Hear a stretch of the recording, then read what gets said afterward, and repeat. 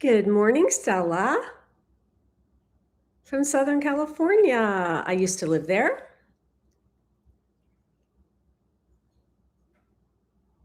Tim and Martin are doing great, and they have found their long-term rental where they're able to rent annually. They're very, very happy. So I'm just thrilled for them. Hi, Robert. Hello. From Cali. Wonderful. How's it in Cali today? Hi, KB. Oh, from Virginia. I used to live in Virginia too, in McLean. Oh, here comes everybody. Hi, Donna. Good morning. Oh, thanks. Yeah. I'm um I'm in Florida for the holidays. I think some of you know that from my video. So this is at one of my family members' homes. I thought it was a pretty backdrop. Shanti, hi. So nice to see you. I bet it's a little cold in St. Louis today, Shanti. Hi, Suzanne. Happy holidays.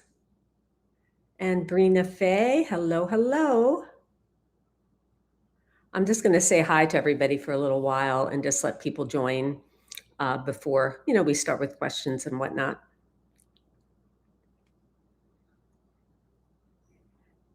Good morning, Brina Faye.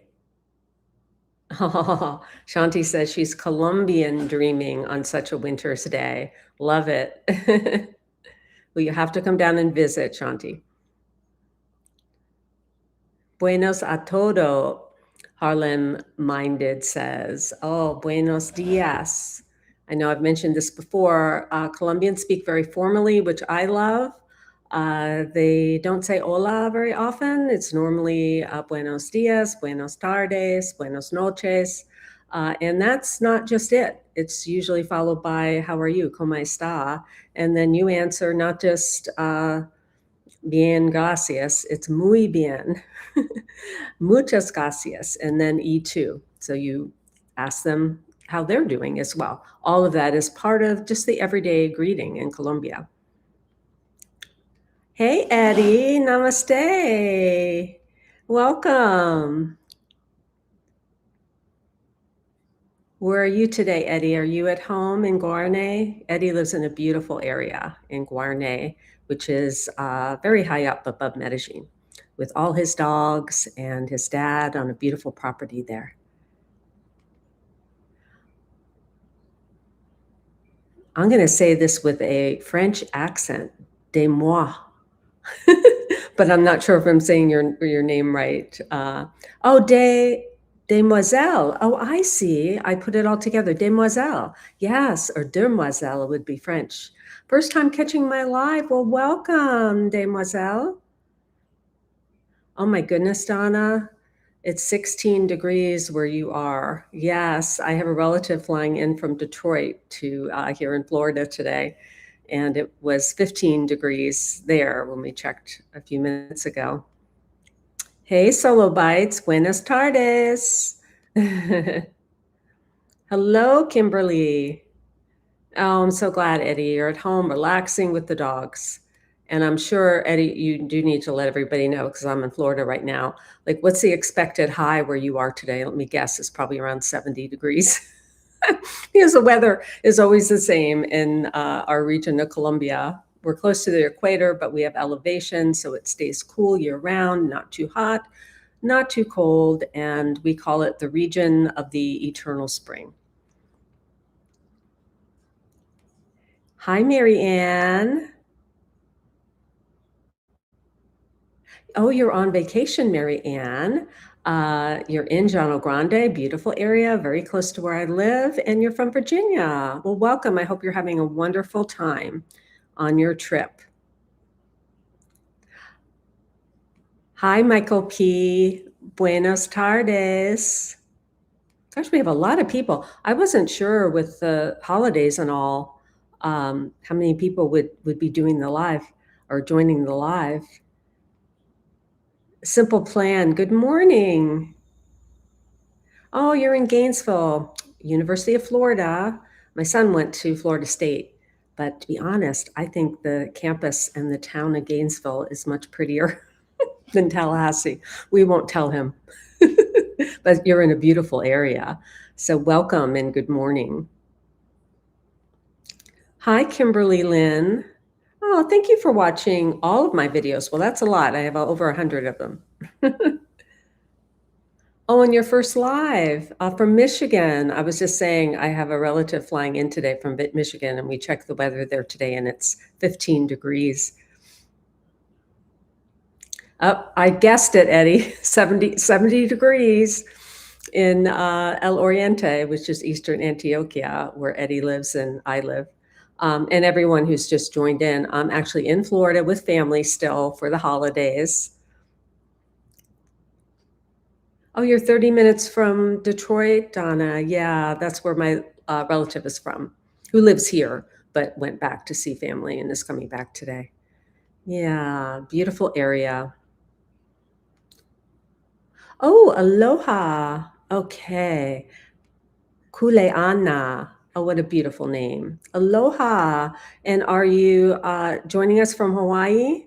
I've been to Hawaii a few times because I used to live in California. So that was a vacation destination for me. I just adore Hawaii. I mean, who doesn't? But beautiful place. Oh, that's not too bad in Texas, but that's cold for Texas, Michael. 35 degrees. My gracious. The Brain. Boy, I love your name. The Brain, welcome. Oh, you're in Miami. Oh, I'm taking questions now, Brain. Yeah, this is what the live's for. I'm taking questions. And I do want to let everyone know that when I answer questions on live, it's not a give and take. So I don't really know the full picture of the person that's asking. And a lot of answers have to do with that person's full picture. So that's why I also do consults. That's something you can book. There's a link below every video of mine. And this one too. So that way we can really dive deep, find out the full picture, and then I can answer all of your questions and I can give you answers and kind of directives, advice that has to do with your current situation and what your hopes and dreams are, how you picture yourself, all those kinds of things. But I do my best in the lives to answer as in-depth in a general way as I can. Eddie's right. It's never any snow, never any heat waves, never any cold snaps. Yeah, it just stays beautiful year round in our area of Colombia. Eddie lives fairly close to where I live.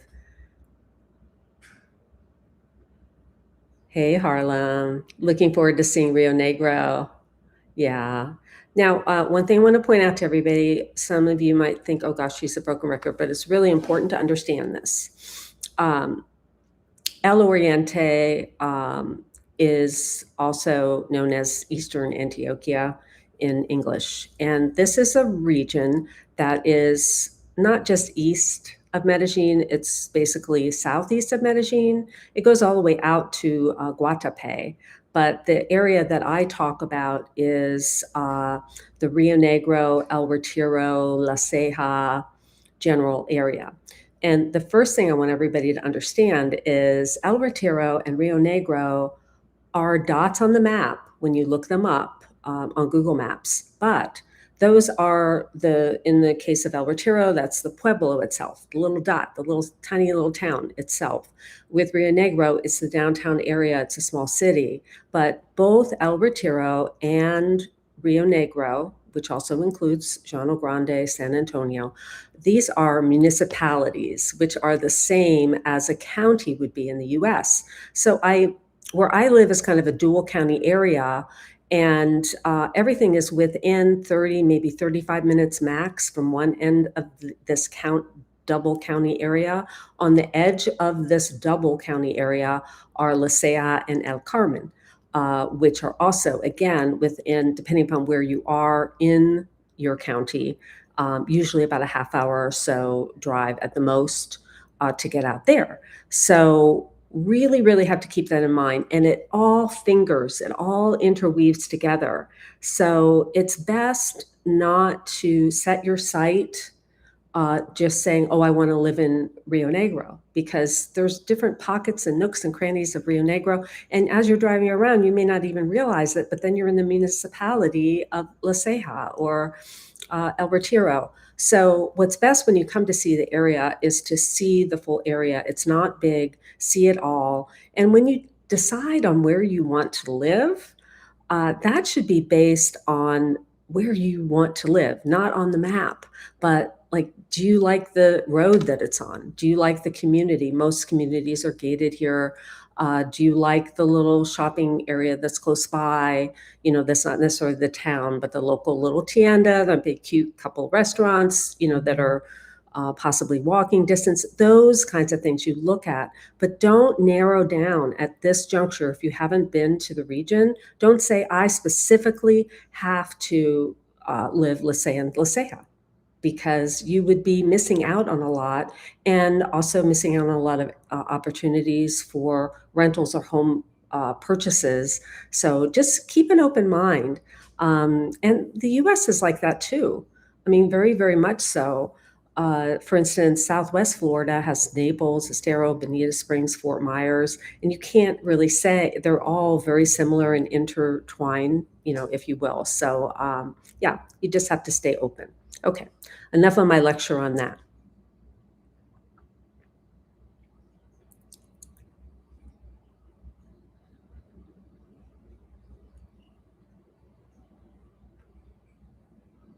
Sorry, just catching up on what everybody's been writing.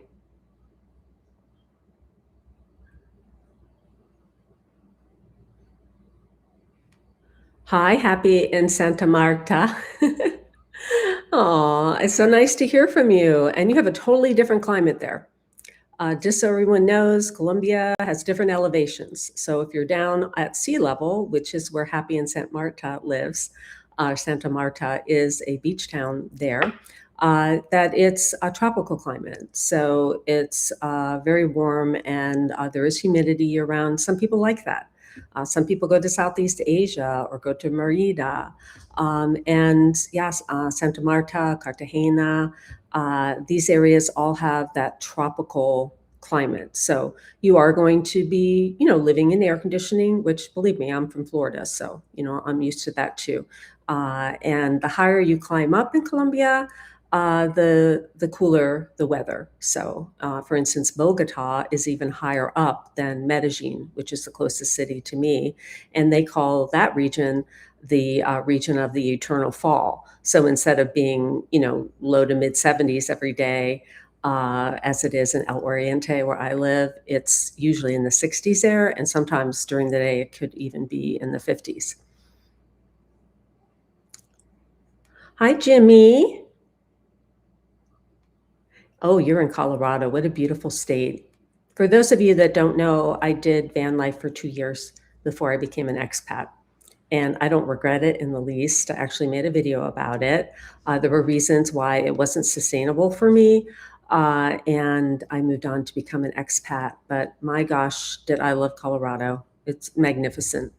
So much of the US is, it really is. And yeah, I'm going to actually bring up a little something else too. Sometimes people write in and they're confused. They're thinking, you know, if you leave the country, that you're giving up your citizenship or anything like that. I don't intend to become a citizen of Colombia, but even the only difference between that and residency is that I'd be able to vote. So I really don't need to go through all those steps because they're similar to the United States, where you have to take all these courses, all these tests, learn Spanish fluently, you know, all these things before you gain citizenship. So I probably won't go that far. But even if I did, that is just considered having dual citizenship. My gracious, I have a friend that was her parents got pregnant when her dad was in the service, and so she was actually born in Ireland, but she has an an Ireland passport and a US passport, and that's super nice. So it doesn't mean that you're not a citizen just because you leave the country. And you're also entitled, a lot of people ask me that about Social Security. It doesn't matter where you live, you still get your Social Security. So you're not giving up that. I consider myself a US person. I hate to say American, I should say North American. I consider myself, quote unquote, American from the United States. And that doesn't change. I'm still very proud of my country.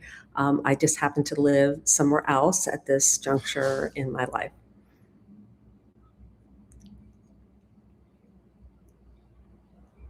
Michael's asking how Huli is doing. She's doing great. She's just super busy with tours, visa clients. Her top priority is taking care of people who are either visiting and preparing to move or have just moved.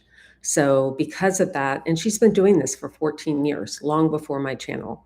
So, that is her focus, her priority, and rightly so. So anyone that hires her to help with immigration, healthcare, those types of things, taxes, then that happens after you move here. And those are the people that she's helping to the most extent. But I do hope to do another video with her, after I get back. But she's a wealth of information. And you can still, always book consult with her if you have questions. And again, those consults are just like my consults. I can answer general questions on here, but if I don't know about that person, same thing with Huli. If she doesn't know about you and all the details, especially for technical things like immigration, she's got to ask a lot of questions in order to give you the proper advice. So that's why we do the consults. Okay, so hopefully we're going to start with some questions. Let's see here. Oh, Marianne. Hi, Marianne. Okay, you have a question. What is the best way to exchange US dollars to COP? Using the ATM at Banco de Bogota has cost a fortune. Okay, I did make a video on money. It actually has kind of a cartoon drawing of a money bag on it, and it was a few months ago. And the very best way that I found out, and it was just looking in Facebook groups, and join Facebook groups. Most of them are in Medellín.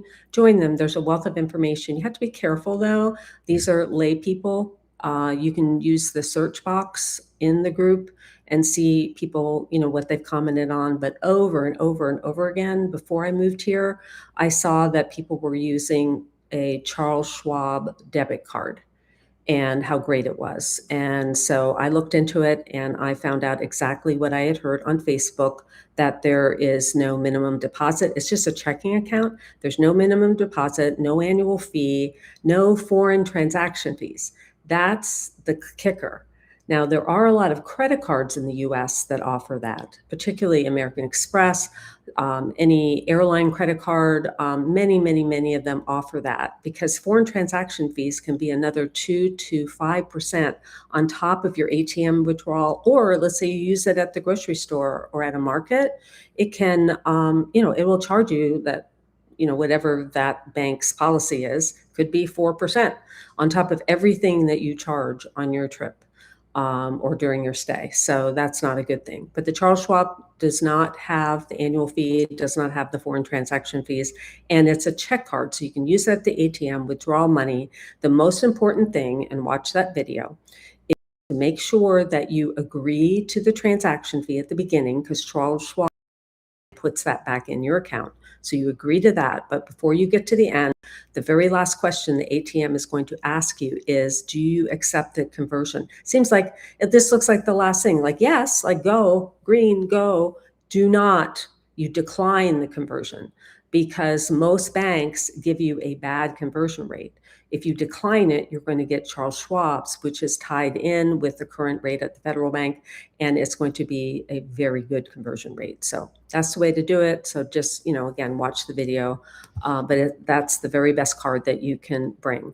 For larger amounts of money, I used Alianza, which is a brokerage firm, when I bought my property, and I made a video on that too. So that's the best way.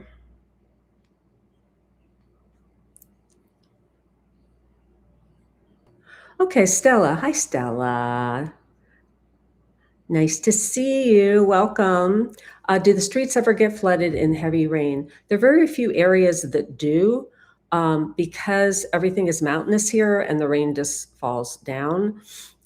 There's one little spot in El Retiro, which doesn't have any houses around. There's a grocery store there. It's right on the river, and that had some flooding in the store. I mean, not really high, but there was some flooding, I think about a year and a half ago. So yeah, I mean, it can happen, but there's not any dams, there's not any areas with major flooding or anything that I know about. Eddie could probably answer that, but I know my area where I am is just not prone to flooding. There can be, I hate to call it landslides because I used to live in Southern California. It's very, very dry there 9 months out of the year. And if there's super heavy rain in the winter, and there's no vegetation on these hills, it's very dry, very arid. So it's a sandy soil. And this happens in Italy too. So when the rain comes gushing down for days, weeks at a time, there's nothing that holds that soil together. And literally, if there are houses built on the mountainsides and hillsides, very lush. You have trees and vegetation like up the yin yang. So all those roots are down in the ground. I have seen trees occasionally come down on a road. So that would be a tree where their root system was maybe exposed and that came down. I've seen that twice. That was on a road going into Medellín and one out in my area. So that can happen. But as I said, I've never heard of like houses crashing down or any like severe landslide type situations here.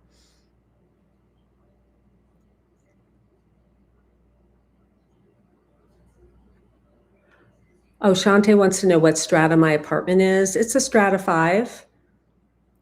And stratas are tied in with your tax rate. And I've heard people complain about them before.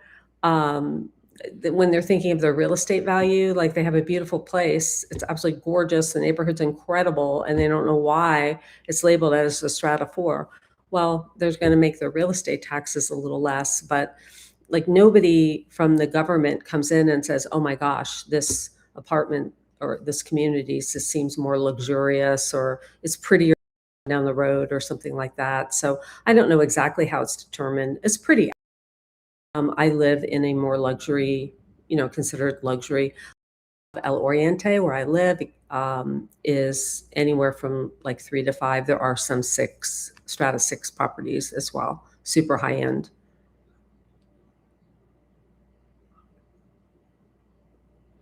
Kimberly Lynn went to Medellin for her 55th birthday. Colombia is definitely on her retirement destination list. Felt fantastic. And you should come back and come and see El Oriente too, Eastern Antioquia. Oh, you went to Guatapé too. Let me tell everybody a little bit about Guatapé. It's a lake region, which is further east. It's another hour east of where I live. Some people think that they want to settle there and move there, which, more power to them. It's a beautiful area. There's also El Peñol, which she just mentioned, which is this big giant rock that just juts up and you can climb to the top. They have stairs that go all the way to the top of this rock, like natural wonder, and view the whole lake region. It's absolutely beautiful. But there's not much there other than it is a tourist destination. The town's adorable because of the people that come out to see the region and enjoy boating, climbing El Peñol and all of that. But to live there year-round, full-time, there's less of a community there. There's very little shopping, and it can take, if there's traffic on that road, it could take you, instead of an hour, it could take you 2 hours to get to Rio Negro. So just to go to a supermarket or to a big box store or something like that. So it is isolated and more of a tourist type destination.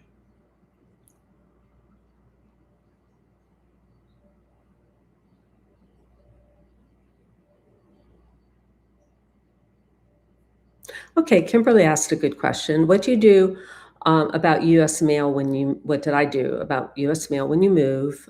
She's particularly concerned about junk mail and preventing identity theft. Well, you can either ask a relative, which is what I did, to take your mail, and that will dissipate after the first year because mail forwarding will stop. I alerted, just anywhere that was important of my daughter's address so that I could get mail there. But if you don't have a friend or family member to do that for you, then there are services that do that for you, and they actually scan your mail and then send you an image. And I do the U.S. Postal Services scan, and that I can't remember how much it was. It's like nothing for a year, very, very inexpensive. And so I see my mail when it comes in. And keep in mind that mail forwarding does not work with most junk mail. The only thing that gets forwarded is first class, and a little bit of junk mail comes. But now that I've been in Colombia, well, I'm in Florida right now, but now that I've lived in Colombia for 2 years now, I just really don't get near as much of that junky type mail.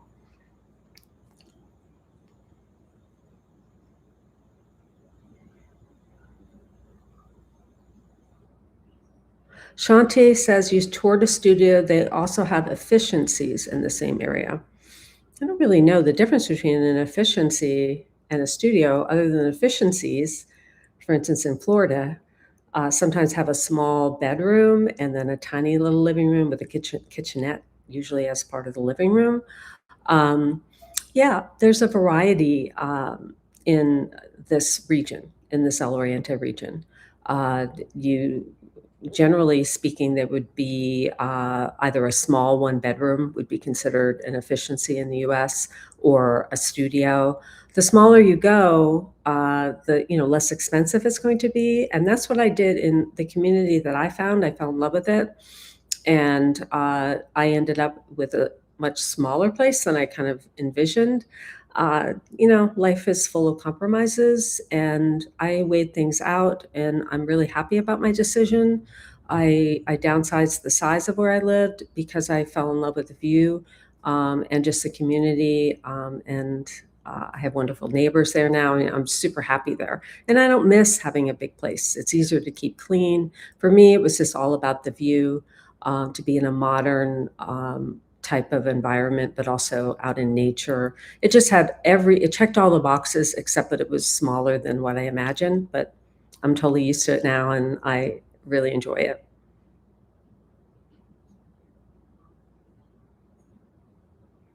Okay, Eddie's letting us know because he's been here for I think 25 years. I can't remember, and his parents are from Medellín also.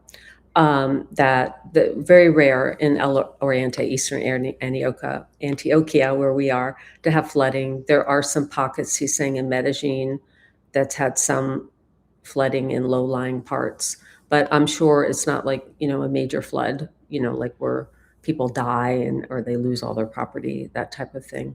Um,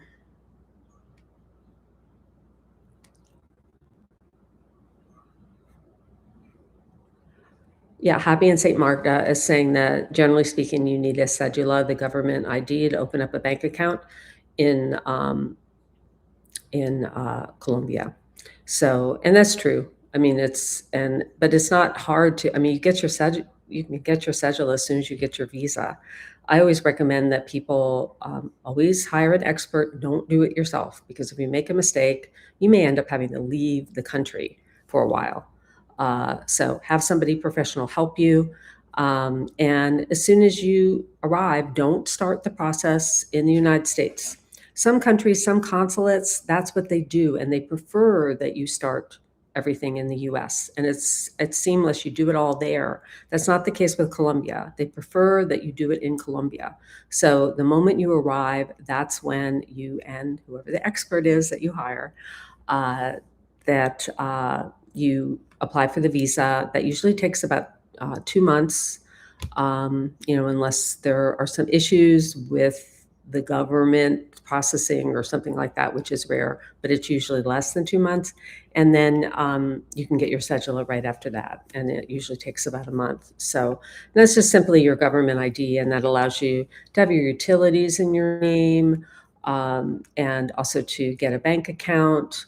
Really, having a bank account, you could live a long time uh, without having a Colombian bank account with what I told you, the Charles Schwab card. But it is really helpful to have that government ID because it just makes it just so much easier, as I said, for your cell phone, your utilities, renting, all those kinds of things. It's an important thing to have. And the most of the time I use my Charles Schwab card, like in restaurants, things like that, still, even though I live there and I have a Bank Colombia account. I use that for, little things like that.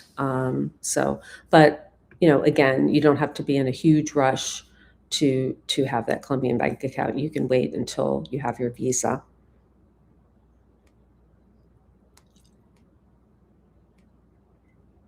Hi, KB. KB asks, if one isn't ready to retire but close, how difficult is it to get an investment visa? And should a Colombian bank account be opened before I move there? Okay, well, I'm going to answer the second question first, KB. You can't open a Colombian bank account until you have not just your visa, but your visa and your cedula, as I just said. So, and it's not necessary to have a Colombian bank account uh, to get an investment visa. So an investment visa is one of two things. You either invested in a business in Colombia or you invested in real estate in Colombia. So in most cases, it's a real estate investment. Julie and I did a video that kind of outlines that visa, but just sort of a condensed version of that. And again, this is why I always say do a consult. Book a consult with me, with Huli, because right now I'm giving very generalized information to everyone. It's a per person type of advice that we need to give you that's specifically for your situation. But with an investment visa, there is a minimum that you have to spend, but your residency process is 5 years. So you just have to make sure that you invest enough money so it can withstand some inflation and things like that over the 5 years, so that your initial investment still qualifies you for the residency at the end of the 5 years. And again, make sure you have an expert that's helping you through that visa process. But no, it's not hard to get at all. You just have to do it the right way. And that's what a lot of people do, as you're saying, that aren't ready yet to retire. Sometimes people say, oh, well, I have, an IRA, I have this, I have that. It's certainly well above the retirement visa requirement, which right now is like only around 1,000 or 1,100 a month. But what you have to understand with Colombia is it's a pension visa, meaning it has to be a pension, either Social Security or a pension. So what does that, what's the definition of that? That means for life. So an IRA is not guaranteed for life. You could close it. It could become less valuable, all these kinds of things. They need to see something that is guaranteed that amount of money or that amount of income for your life. So basically, that's going to be if you're a retired police officer, your pension, and you retired before Social Security, you can use that, for instance. But it cannot be how much money you have in the bank, how much investments you have, that kind of thing. That does not qualify you. But as this person, I'm so sorry because I forgot your name. I'm so sorry. Senior moment. That you can't, that the only thing to get an investment visa that you can use is either invest in a business in Colombia or invest in buying a piece of property. It can be land, apartment, house, anything like that.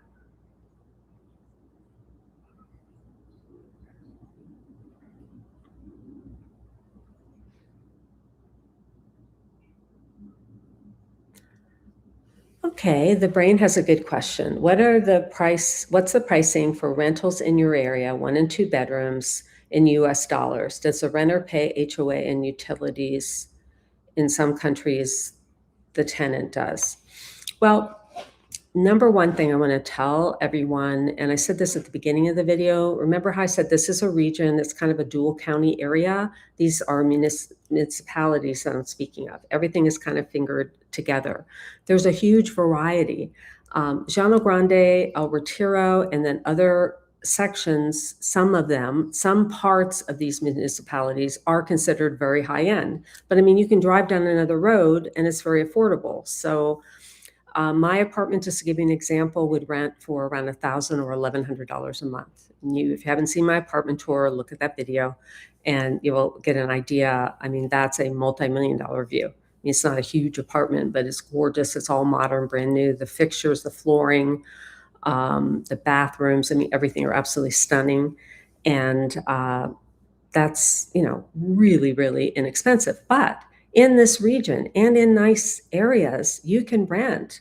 It's not going to be in my community, but there are other places you can go. And I try not to underplay this. I don't want to be one of those YouTubers that says, come to Colombia and live on $500 a month, or my rent was only 300. Well, yes, you can find little pockets in the area you can rent for $300 a month.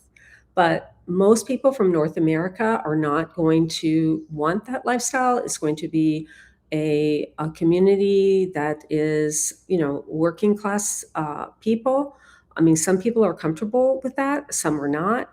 But I would say, in a let's just say sort of middle class to upper middle class to luxury end, that your rent can be anywhere from 500. It's going to be a little hard, at 500, but there are middle class areas, really nice, super nice apartments, nice gym, maybe even a pool, that would rent for 500. But again, it's a hard question to answer because it runs the full gamut. There are fincas, which are estates. These are country estates. Finca means farm, but I mean, I'm talking estates that literally would sell in the United States for probably $30 million, that would sell in Colombia for like $5 million. So a $30 million for $5 million. I mean, you can find estates like that in this region. But most people don't choose to move down. I mean, some do, more power to them. But most expats, are on a budget. So there's the full gamut. You can't really get an idea of the rental or even the property purchasing prices online. Colombia does not have an MLS system. Anybody can be a real estate agent. It's a very complex situation. I help my clients with that once they decide to move. I don't refer people to real estate agents until they're ready.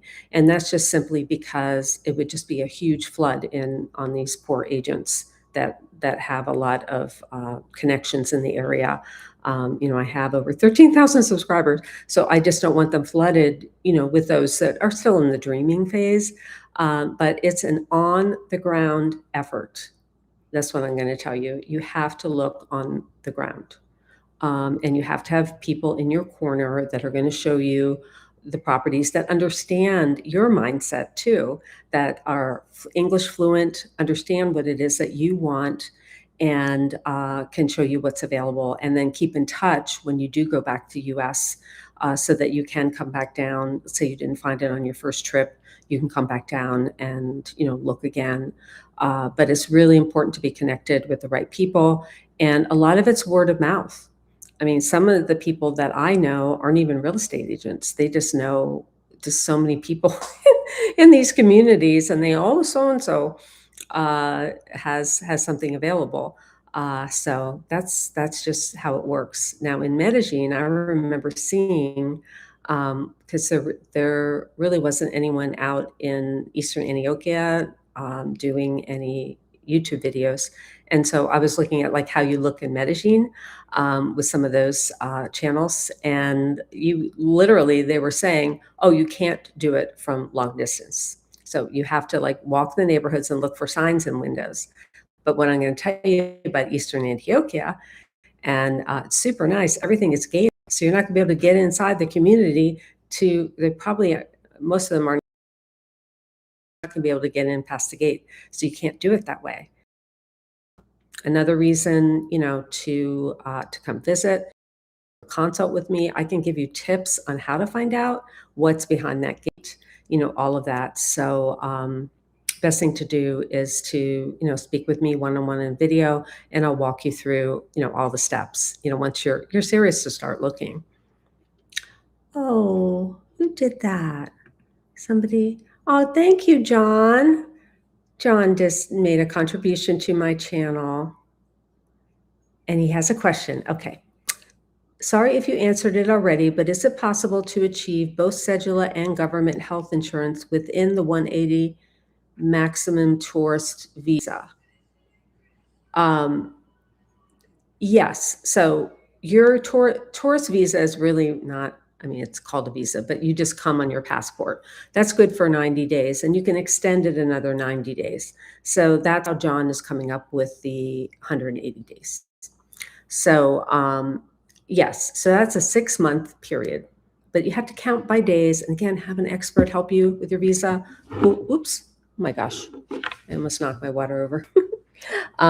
Have Huli help you, or someone else that you know through really good recommendations is good at this. They're going to keep a counter. Like, they're going to know. They're going to tell you, like, to the day, everything that's going on. So, John, what happens is once you land, you then have your expert apply for that visa. That usually takes about 2 months, and as soon as that's ready, if you use Huli, for instance, she'll take you personally to the cedula office. It'll get done right. Nobody speaks English there. It's in downtown Medellín.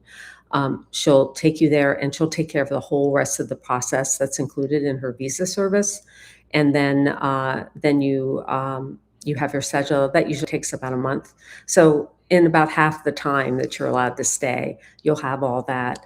And then after you have your cedula, that makes you qualify. Your cedula allows you to qualify. Some people don't think it's true, because there is a rule that says retirement visa holders can't get the EPS government insurance. As long as you have a cedula, you can.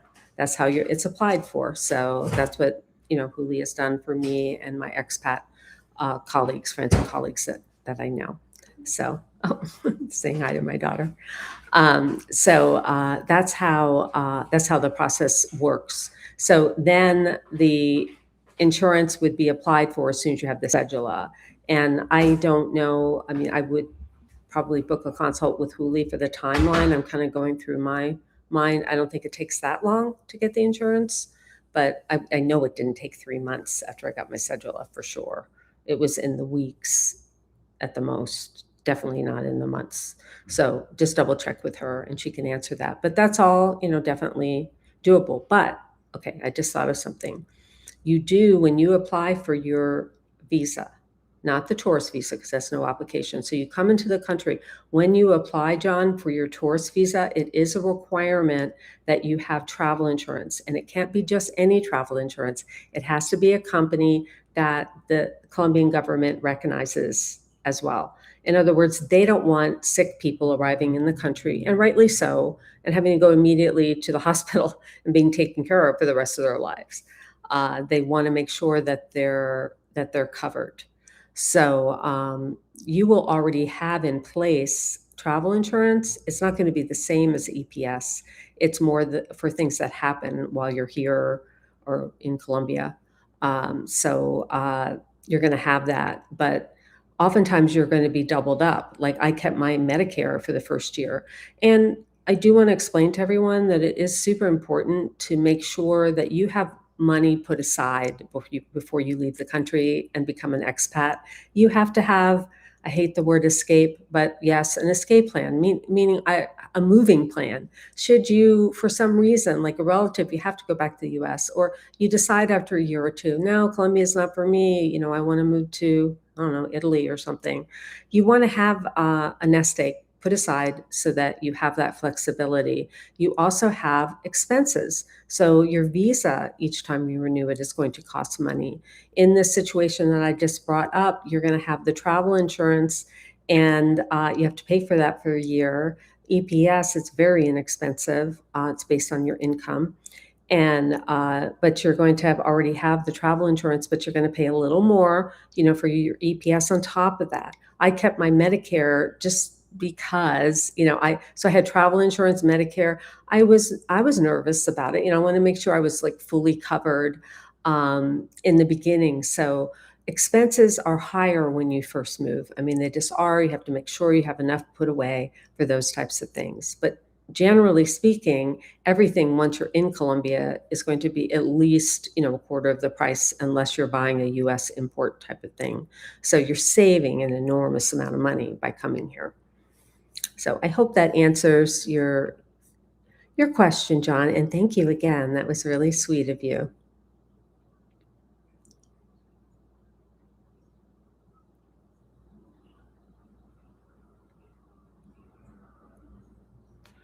Okay, hi Liz. I'm just going to take a sip of water.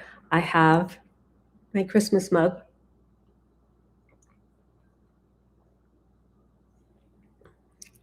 Oh, we have a lot of people in here.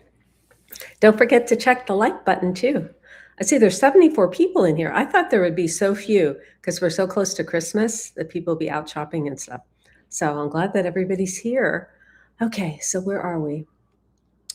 Okay, Liz asks, what area in El Retiro or Medellin, it's hard for me, I think you meant to say, is generally close to shops, supermarkets, hospitals, clinics, and affordable for retired couple on a fixed income, also safe?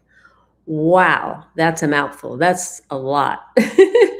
um, let's just say, I mean, Medellin, you have all of that, like right there. It's a major city, all of that. You have major hospitals, grocery shopping everywhere, big supermarkets everywhere, no problem.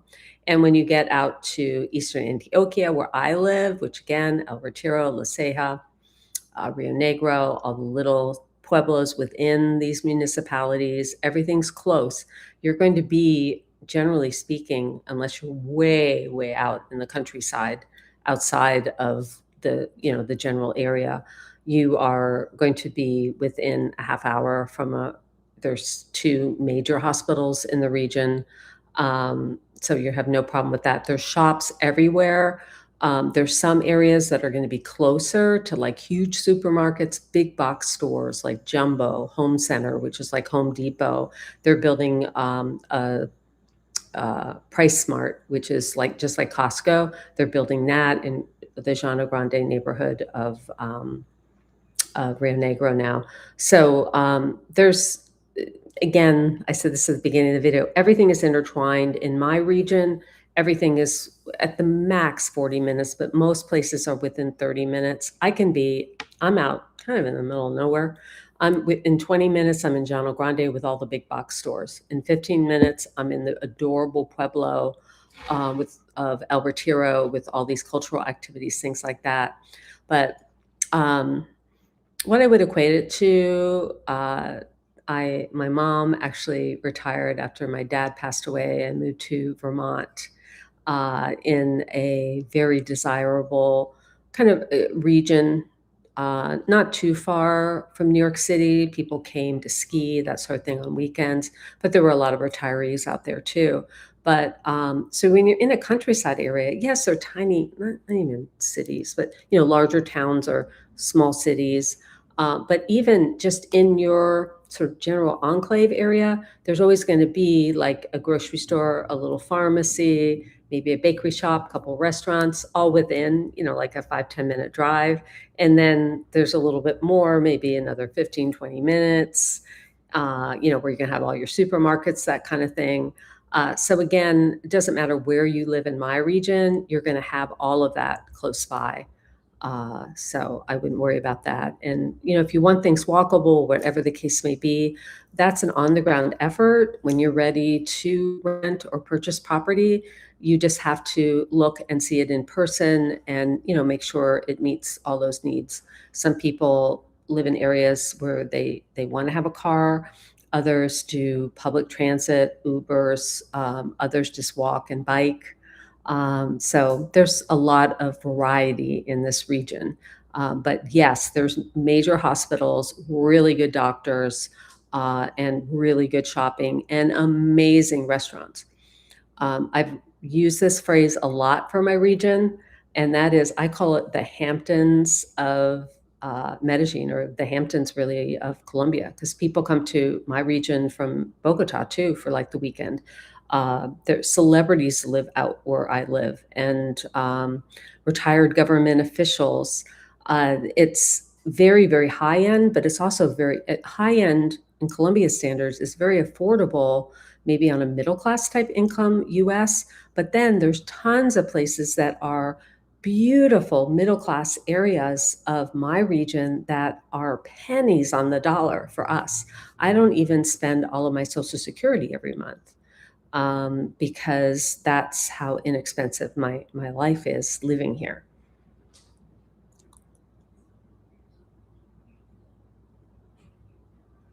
Okay, Donna is asking a tax question, which I'm going to give you my hunch, but I'm going to preface it with a disclaimer that I'm not an accountant. Donna asks, do you know if Social Security is taxed extra when you no longer live in the US? My hunch is no. You have to make sure you have a good accountant in the US and a good accountant in Colombia. But your tax liability, as far I'm just seeing from my personal experience, your tax liability doesn't have to do with where you live. It has to do with what your income is. And of course, any other write-offs, things like that. I'm just low-end income person. So I don't know all the fancy stuff that people that have a lot of income and investments and things like that. It gets even more complex. So I would definitely ask an accountant. But my hunch, Donna, is no, it's not going to matter. You're not going to be taxed more because you leave. You just make sure you have a good accountant in Colombia and a good accountant where you are. But the US is not going to hold you accountable, as far as I know. And again, that's my disclaimer. I don't know. I'm not an accountant. And also, I don't know your income. That's an example of a question that really, there's so many questions I get asked in chats like these that even if I were an accountant, well, first of all, it's personal information, so we wouldn't be doing it in a chat.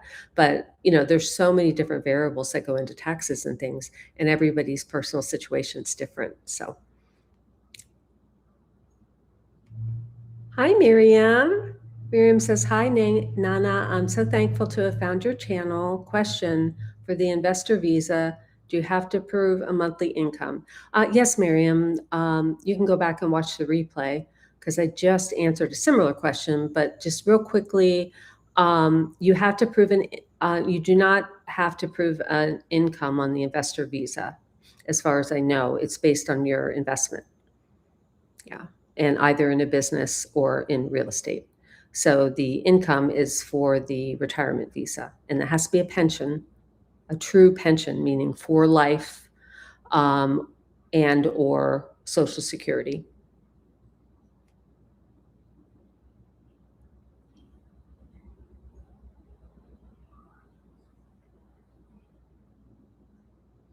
Hi, Bono83. Last time you were in El Poblado was in 2020. Oh, and you got the last flight out before the pandemic really hit. Wow. Well, you should come back. It's a wonderful place. I know it was in 2020 and still is. And the whole region is fantastic. So hope you can visit again. Hi, Gustava. Oh, Gustavo is actually Lily. Gustavo says, hi, Nana, this is Lily. I would like to have some Botox done. Can you please share the name of the clinic you go to in Medellin? No, well, she has an office in Medellin, and I go to her office in Rio Negro because that's closer, to where I live. And Dr. Diana's contact information is on the video that I posted. That was, I think, my last video. It says, the thumbnail says, fixed my car, fixed my face. And actually, when I go back, I have to get a little bit of a touch up. On one side, I have my whole, well, I'm doing it backwards. My whole side of my, like from here down is paralyzed on one side. And you can see like this is kind of a little droopy. And what she does is she just lowers this a little bit. And I mean, it doesn't even bother me now, but it's really, really lopsided if I don't get Botox there. But she does a great job. And I'm not shy to let people know I'm 68 years old. And so I do get some for the crow's feet, but see, yeah, I still have them. Like, I don't want, she's an excellent doctor. She's a dermatologist, and she knows her stuff. So I want to have some, I want to smile. And, I still can, frown a bit, and I can still move my eyebrows. So she does a beautiful job. I mean, I had this like what, 2 or 3 weeks ago. So it's like in full force right now, but I still have movement and all of that. And it's probably like a third of the price. I don't know. So I never remember numbers. I have all the numbers in the video, but it's much, much less expensive and doctor done in Colombia. So yeah, in that video, I put her card, the name of her, and her card I actually put in the video itself. So you can just contact her office for that.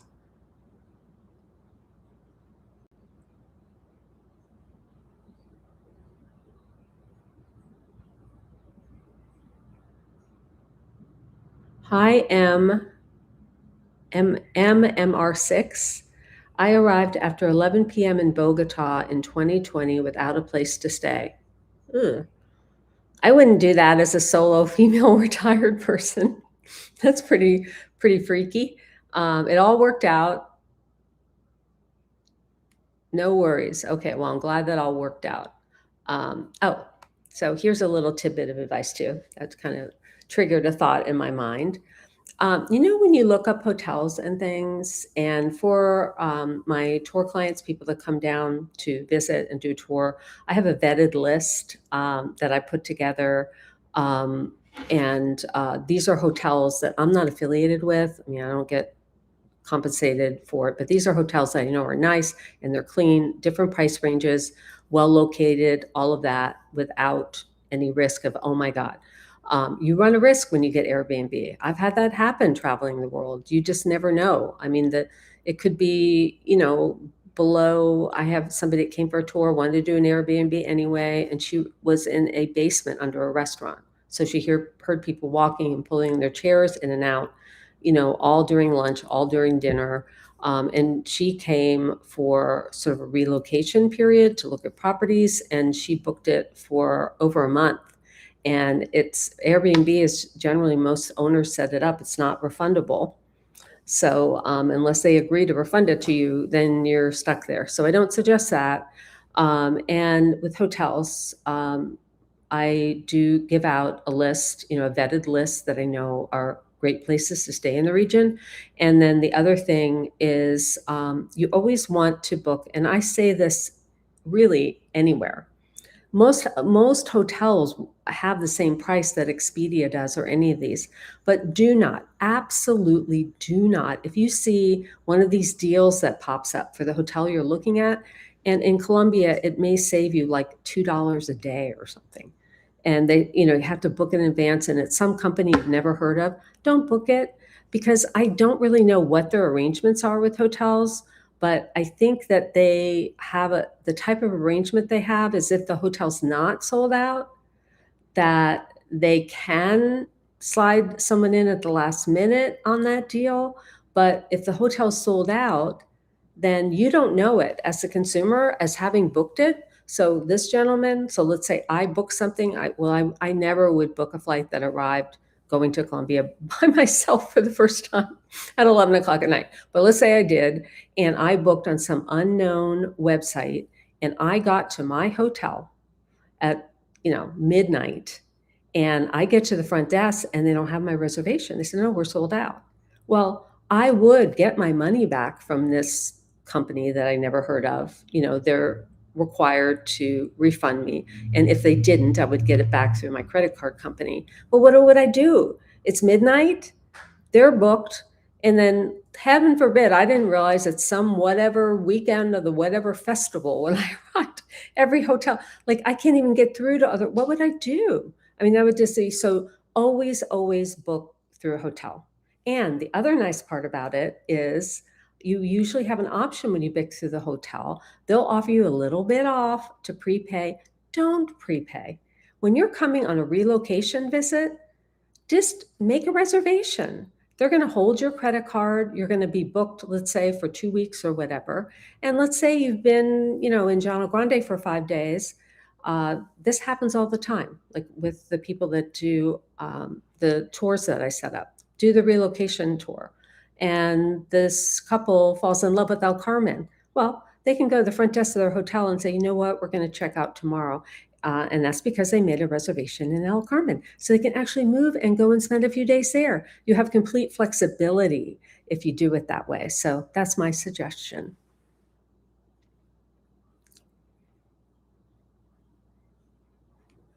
Oh, thanks, Eddie. I think somebody asked about, sorry if I'm skipping anyone, somebody asked about the Ubers and cabs and things at the airport. And yes, there's the white cabs with the blue strip on them, and those are taxis. I also, for those who book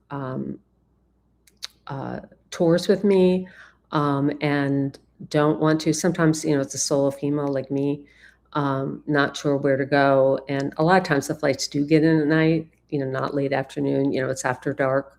I know a gentleman, it's Johan. He's in a lot of my videos.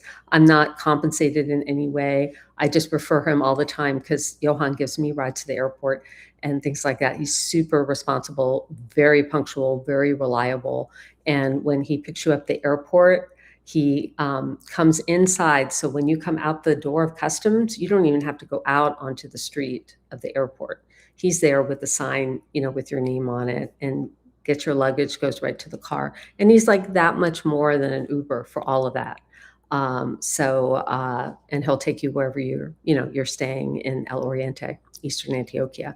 So that is for either my consult clients, I refer him, and my tour clients. And the reason I don't do referrals, just so everyone knows, to people just on here or just in the comment section, or sometimes people will just write to me, I don't know who they are, and they want me to, refer out like a real estate agent or Johan. I can't do that because I don't know who these people are. I don't know how serious they are. And I don't want all the people that I know and that I'm their client. I don't want their phone blowing up, their WhatsApp messages, or people that never show up, all that kind of a thing. So it's kind of a two-way street. I I want to help you all, but I kind of have to vet who I then give out this information to, because I care about those people too. And I just don't want to put them, in a situation that's not good for them either.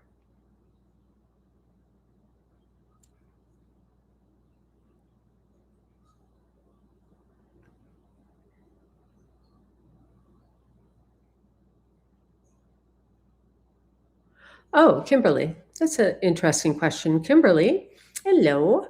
What is the typical expectation for a down payment for a condo or home purchase? Um, First and foremost, the real estate agents aren't really the person that does the offer or anything like that. There really aren't, in most cases, buying agents. I know some that I can refer people to. But in most cases, they're not really preparing the offer. You have an attorney from the get-go. You have an attorney that's costing in the hundreds, not in the thousands, like your title company would be. They're representing you from the beginning, from the making the offer all the way through the closing. And they do their due diligence at the beginning. They check the title of the property, that it's free and clear. They check the person, all of that in the beginning before you even give a deposit. So all of that's going to differ depending upon the offer, and it's no different in the United States. When you sit down and you're looking at properties, and you sit down and you say to your agent, "I'm ready to make an offer," well, they're going to kind of advise you say, "Oh my gosh, that's going to be crazy. They're just going to walk, like that's too low," or, "What do you mean you're asking for a 12-month closing period?" Most of the time it's, 30 days or 60 days. So all of these are variables, and it's totally up to you, is my answer. I mean, you can offer whatever, but the you're paying in cash. You can't get a home loan as a foreigner. Even after you get your residency, it takes a long time to get Colombian credit. So you're paying in cash. I am a firm believer that in the negotiating process, this is just sales sort of 101, and that's my background, is that in presenting an offer, and you are, let's say, offering less, you want to come in strong, right? So if they're asking such and such, and you're thinking, well, it's a little high, I'm going to go in lower, and then you may be offering more than 10 or 20% down. That's what I did in my situation. I wanted a longer closing period because I needed to. Because my house that was selling had a longer closing period, and I just wanted it all to work out for me in a certain way. So I knew that I was asking longer than normal. So I came in with more money. It didn't matter to me because at the closing, they were getting the full amount in cash anyway. So that's totally up to you to answer that question.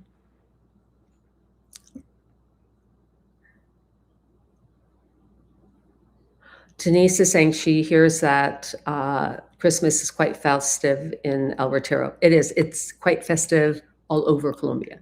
I mean, it's just, and it starts, I think, with the Festival of the Lights. Eddie can answer that, but generally, that's when it starts in early December, which is beautiful. But every pueblo will have this where everyone's lighting candles, and oftentimes, the shops and the church. I mean, everything is all lit up with candles. Absolutely beautiful. And there's processionals and music and just beautiful. Hold on one sec.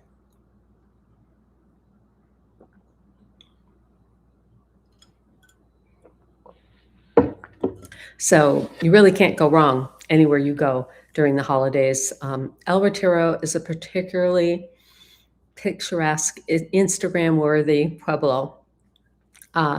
There's just something about it that's just so charming. So it's exceptionally pretty, but really any of the pueblos will have events all through the holidays. Everywhere is decorated.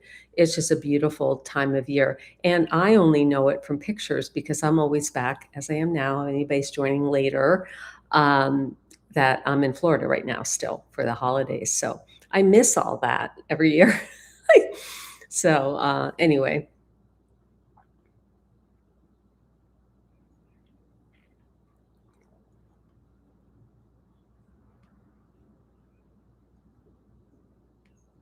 Oh, very good question, Victoria. Okay.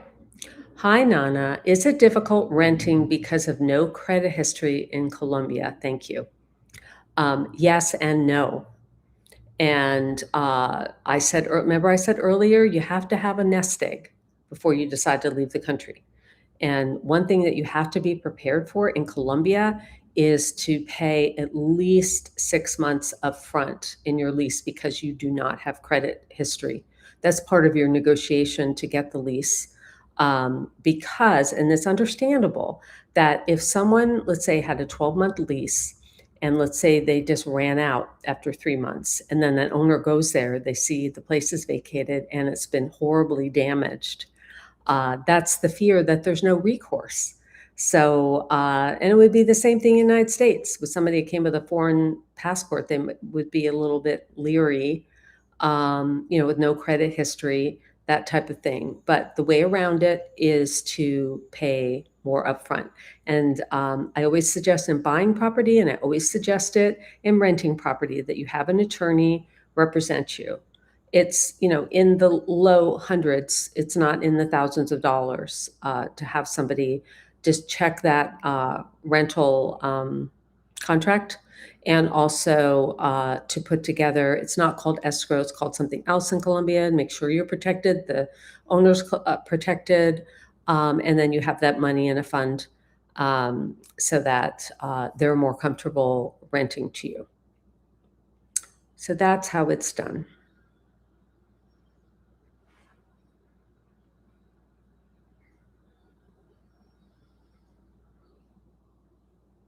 Hi, Vicky. Oh, you're planning on coming to Colombia in 2026?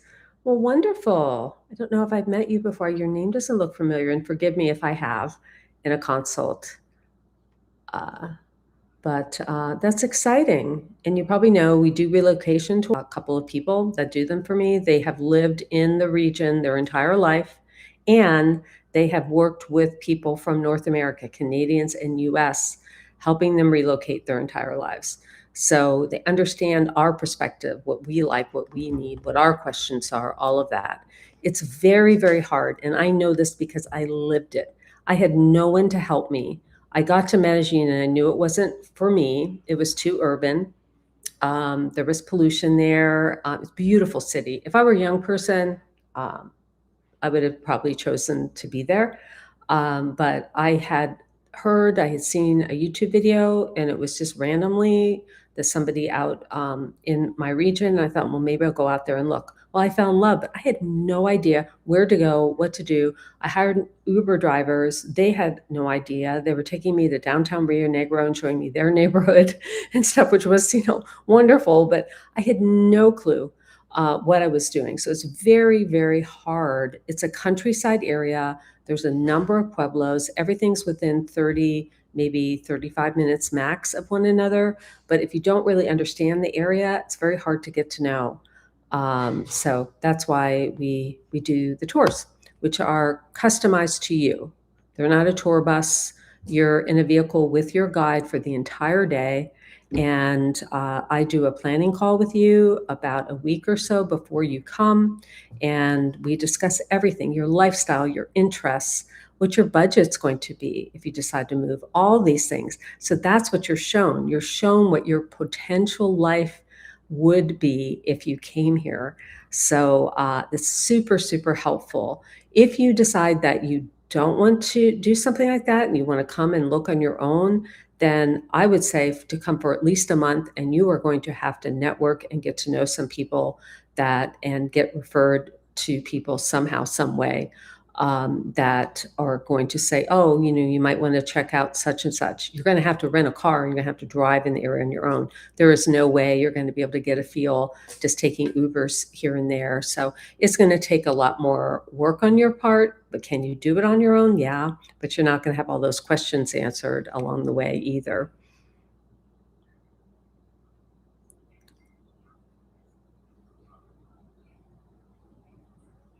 I'm missing out with M. Mr. Six has been saying something about customs, and I'm sorry. Sometimes a lot of people post at once, and it's hard for me to find where I left off.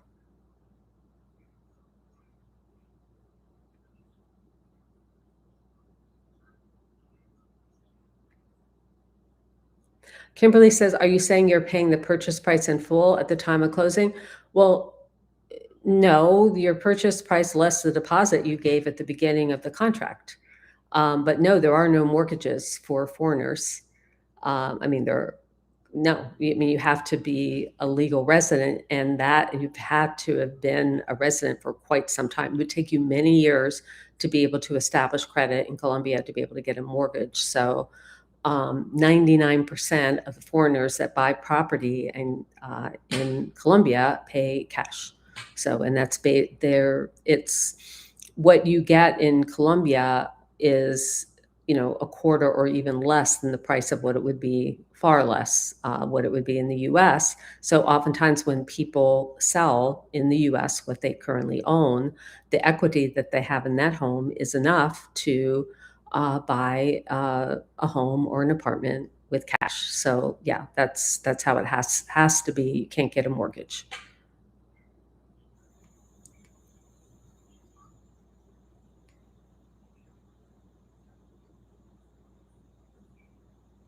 Oh, Michael P. I know whose El Retiro channel you saw, and that's my friend Ian, who has Expat Crib. It's a wonderful channel. He's a real estate agent. A lot of his listings are in Medellin, and he does have some listings in Eastern Antioquia in El Retiro. And I know him well, and we get together for coffee from time to time. And his name is Ian. But I just saw the video. He walked around El Retiro with the Christmas decorations the other night to show everybody. And again, I can't because I'm always home with my family in Florida over the holidays. I do Thanksgiving through Christmas here.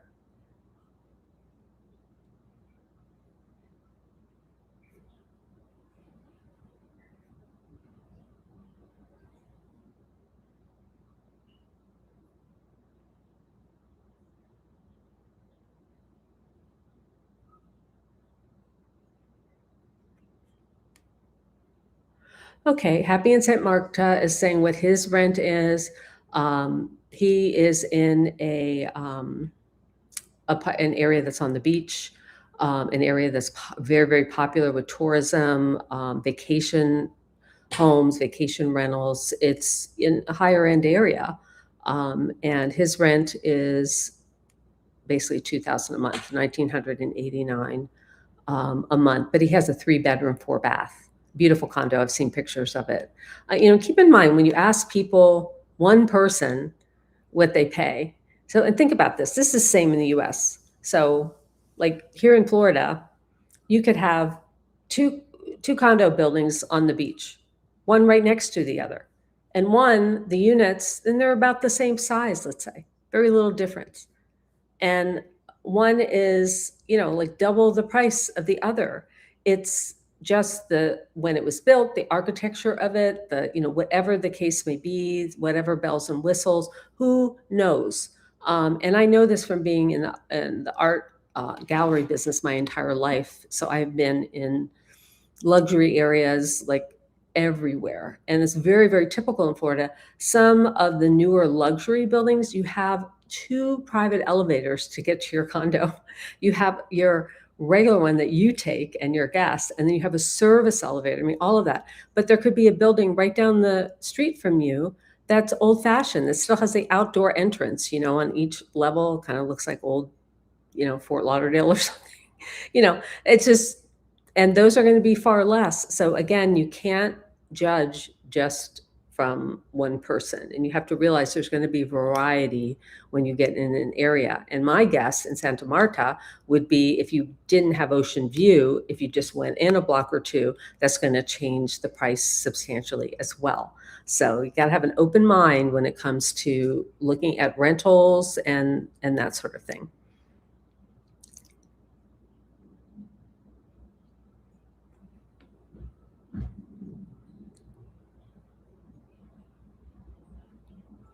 Mr. Six, no, Huli does not help with rentals.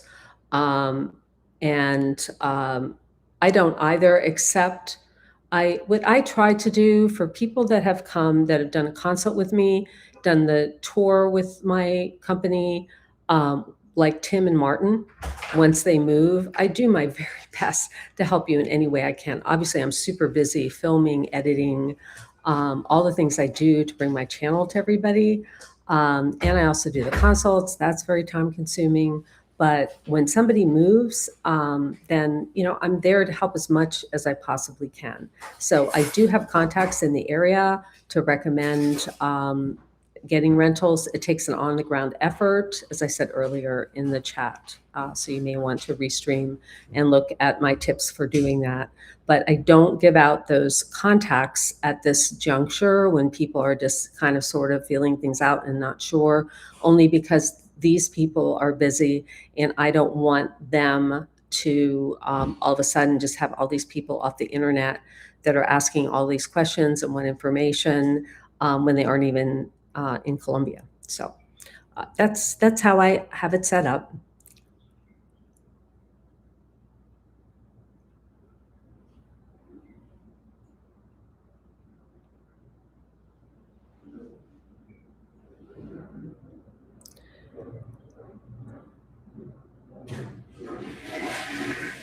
Hi, Anya.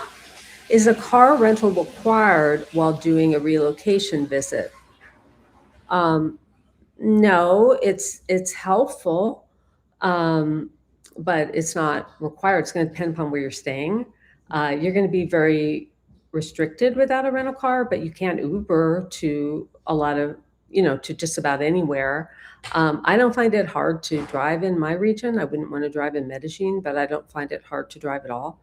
You just have to have patience because GPS isn't always accurate. It's not accurate in the US either, where it says turn right now, and then you're looking and it's the side of a building. You're like, oh, was that little thing that looked like a driveway before, or do I drive further?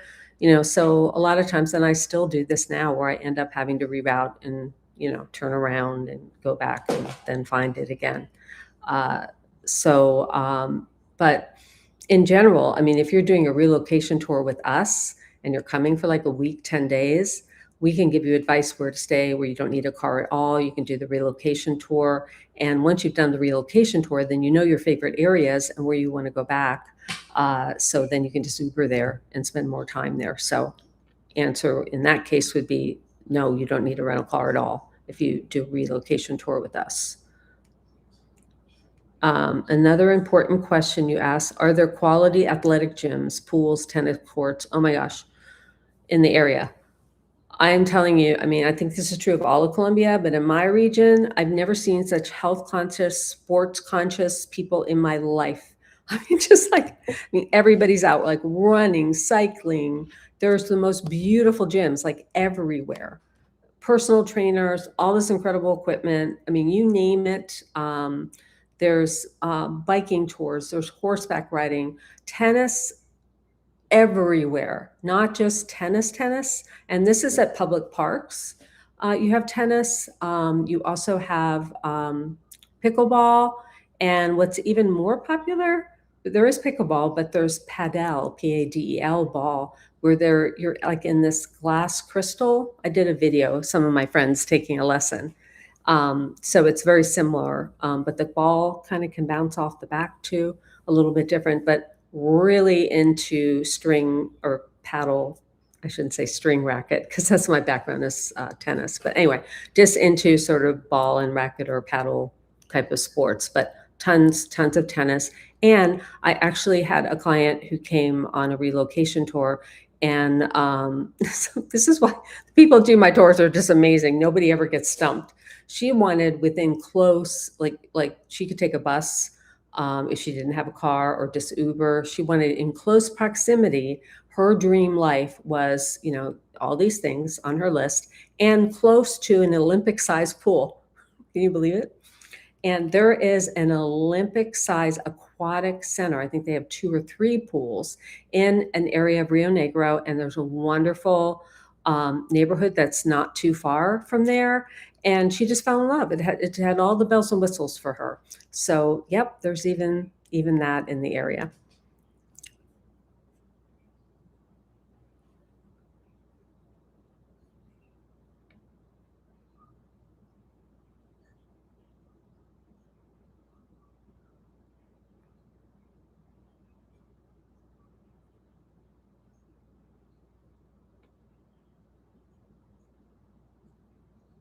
A lot of you are talking amongst yourselves, so that's what I'm reading, which is sweet.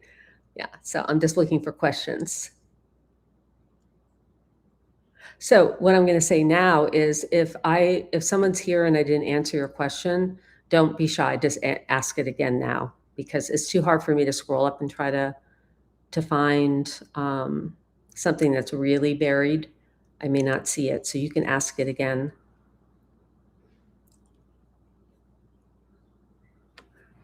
I'm sorry, Mr. Six. You're asking a question and I'm not sure what it is. You're saying it's a weird question. Well, I wouldn't call it weird. Everyone drinks coffee in Colombia. Very true. Guaro de coca. You're asking about, I think, oh, I just lost you. Where'd you go? Did you just ask me? Oh, I'm sorry. That was somebody else. But you drink yerba, Y-E-R-B-A, mate, M-A-T-E, and I don't know what that is. Can you find it in Colombia? I have no idea. Eddie, if you're still around and you know what yerba mate is it a tea? I don't know what it is. You could probably Google it or go into AI and ask if it's sold in Colombia. You pretty much can get anything in my region. And if not in the Rio Negro area, definitely in Medellín, even if it's imported. Pretty much can find just about anything. But I don't want to say that for sure because I don't know.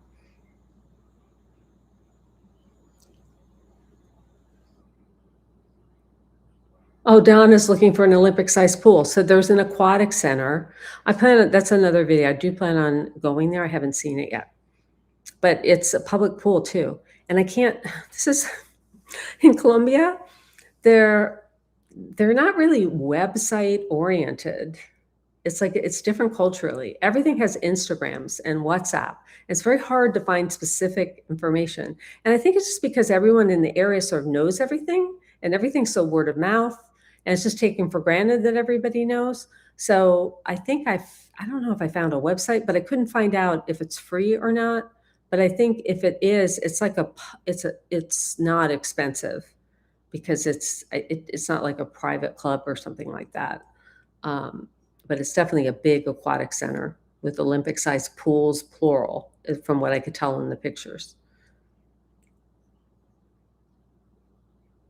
Oh, Eddie's not heard of yerba mate. Yep, me either, Eddie. Aw. Brenda says she's 64-year-old woman. I'm a 68-year-old woman. I'm going to Colombia end of January. My mom is scared to death. I am that I'm doing this. How can I reassure her? Well, my videos would probably help. Pick a couple where I have some that are sort of around and about town.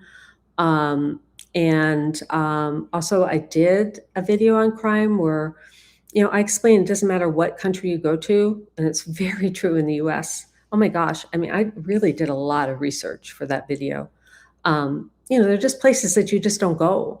Like, and I was going to use, for instance, Detroit or New York City as an example, like certain neighborhoods and stuff I wouldn't go to. But when I looked up the violent crime in the US, the highest is in Memphis, Tennessee. You can believe it in recent years, and St. Louis just below that. But anyway, so I had a neighbor for years that was a snowbird in Florida, and they were from St. Louis. And I'm sure where they lived in St. Louis was super nice, and they felt safe and everything. And I have a relative that lives in a suburb of Memphis, and they say safe and fine. But there's obviously places they don't go, right? Well, my region is an area that's very, very safe. In fact, because retired government officials, celebrities, again, I'm going to say my coin phrase that it's the Hamptons of Medellin, they keep it safe. They don't want any riffraff. They just don't. It's not a party area. I mean, there's not passport bros arriving looking for prostitutes, and there's no drugs being sold. I mean, just none of that goes on in my region, not just my neighborhood, my region. So I feel very safe. So explaining that to your mom might be helpful. That you're going to make sure that you're not in areas. Most people, they're thinking of drug cartel days.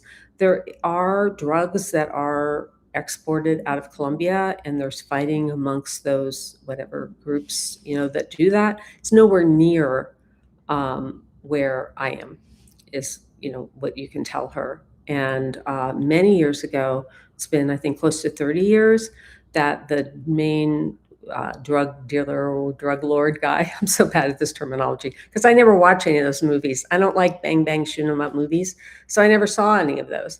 But there was this, Escobar guy, and horrible stuff. And believe me, Colombians remember it. They don't want it in the area. But he was based in Medellin, which is the city by me. But you can research it and you can show her that information, and it's on my video too.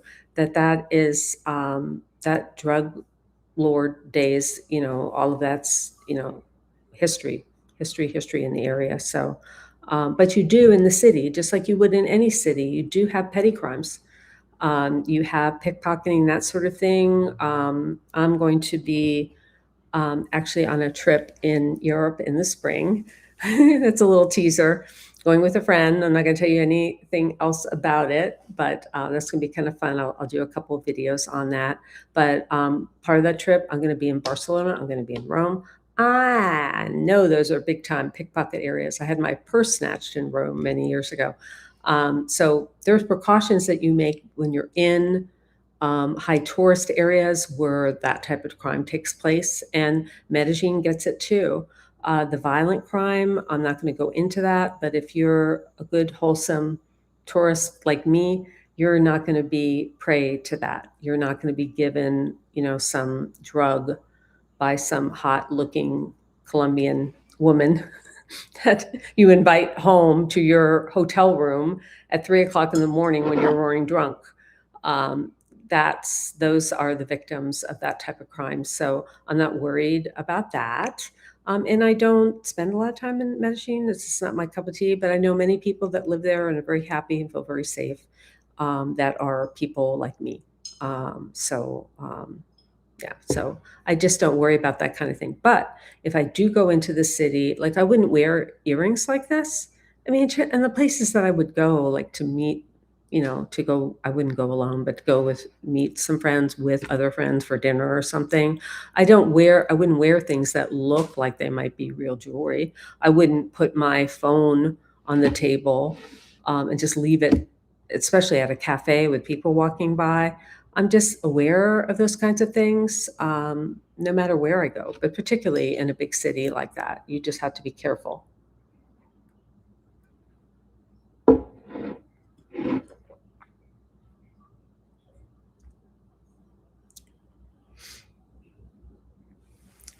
Okay, Kuliana says, do you and Huli only book relocation tours, or is your service extended to those who would like to visit for a month and tour your region?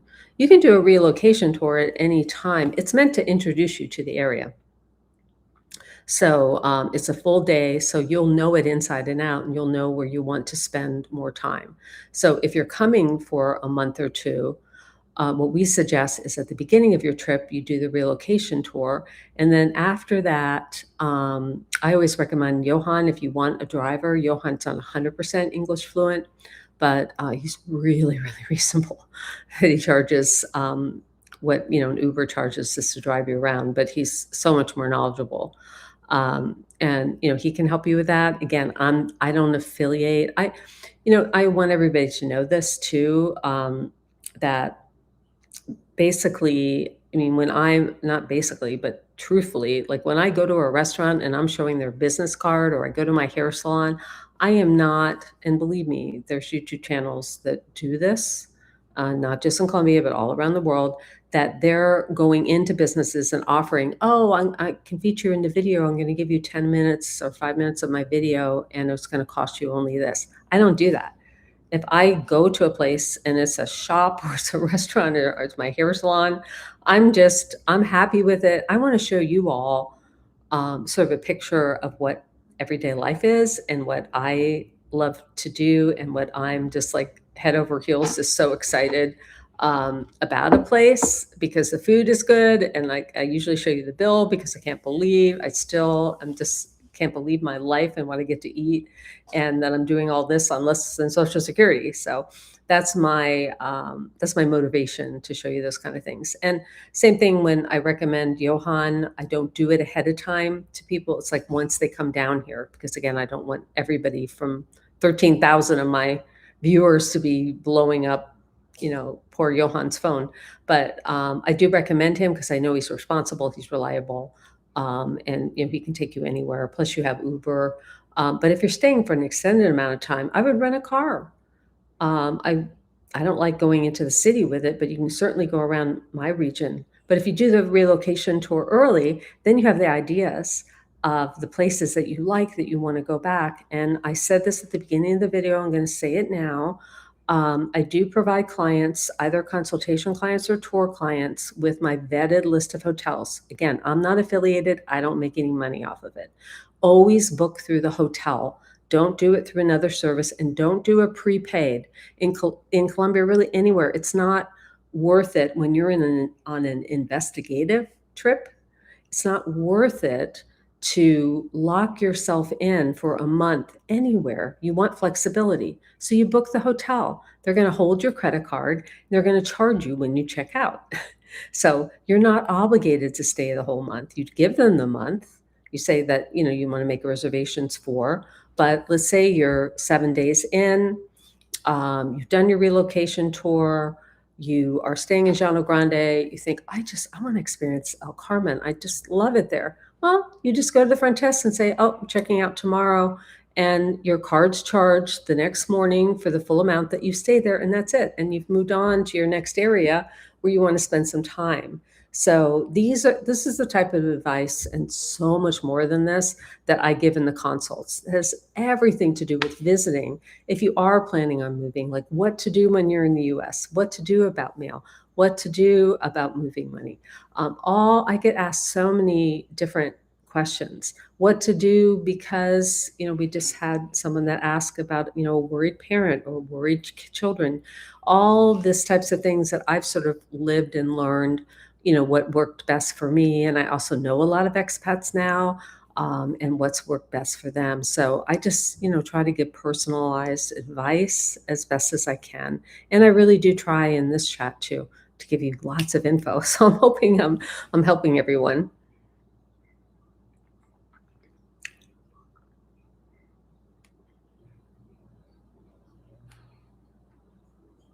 I gotta find out, Mr.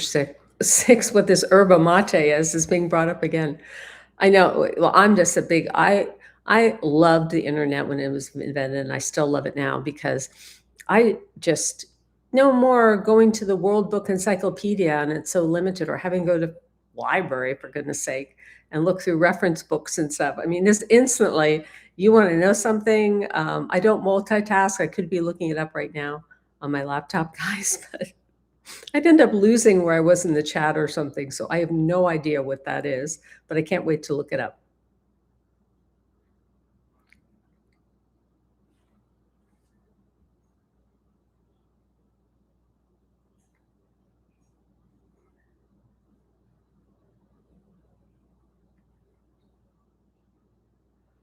Oh, ECMC, hi. Yeah, you're asking me an insurance question. I don't know if you have EPS. I really don't know what this quote is that you got for medical insurance. You need to have a really good agent, and Huli can help with that to get you good quotes. And as we all know, insurance is based on deductible. I mean, so many different things.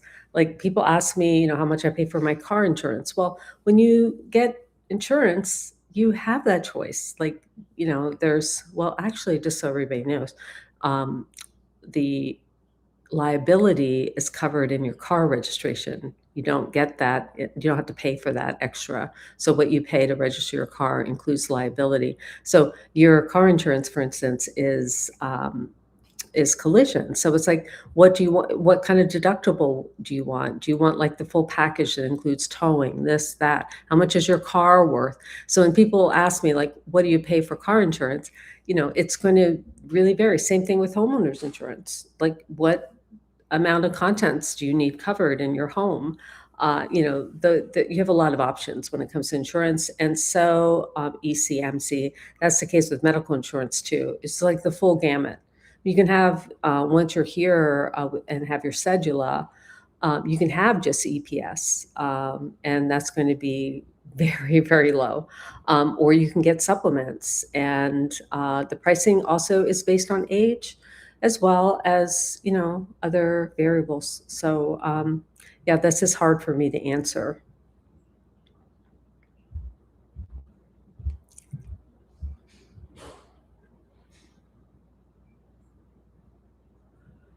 Shante, oh, good question. Are there lots of expats or expat groups in El Retiro?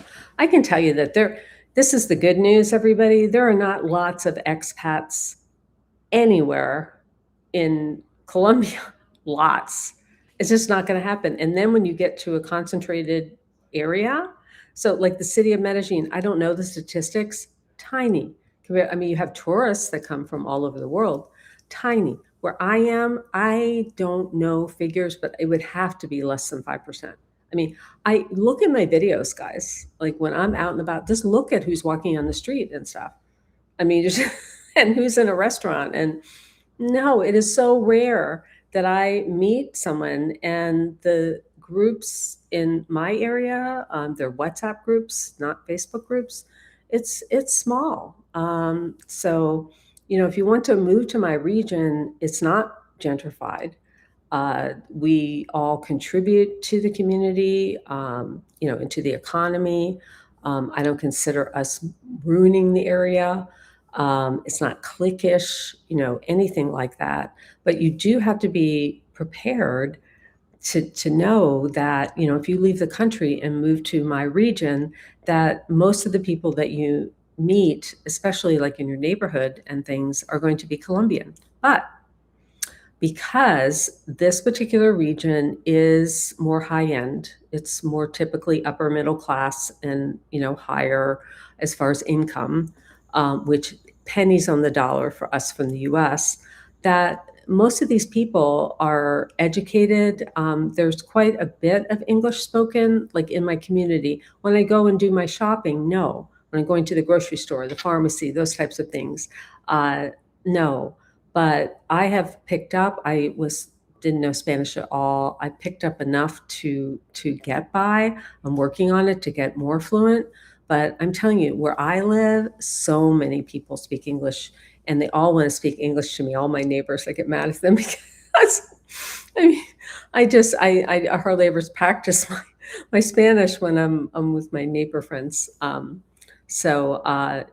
Yes, and that's another reason when you move to this area, should you decide to. Sometimes some people, let's say they're solo like me, and they are thinking, oh, I want to be in this cute little house, little country house, and be slightly more isolated. Well, just remember that it's going to be hard to meet people if you initially move into a situation like that. I, of course, had my little Petunia, my little puppy, who's no longer with us. But boy, oh boy, did I meet people because of Petunia. I mean, just when I first before I moved into the apartment that I bought, the first place I was staying, got to know all the neighbors. Everyone is so warm and friendly, I can't even tell you. So if you're a new face and you're out walking your dog or just walking, everybody's going to say hello, and you're in an immediate conversation, and people will, invite you over. The people you make friends with, anytime they have a relative visiting, they want to have you over to meet the relative. And so on and so on and so on. And I reciprocate too, because it's a give and take, but very, very easy to meet people. But most of your neighbors, I would say well over 90% of your neighbors are going to be Colombian.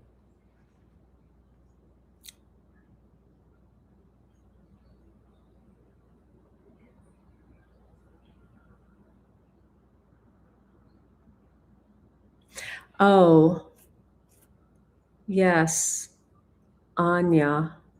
I'm sorry, sometimes names are hard for me to read in the screen name. Anya is asking if I could video athletic clubs and pools and things like that.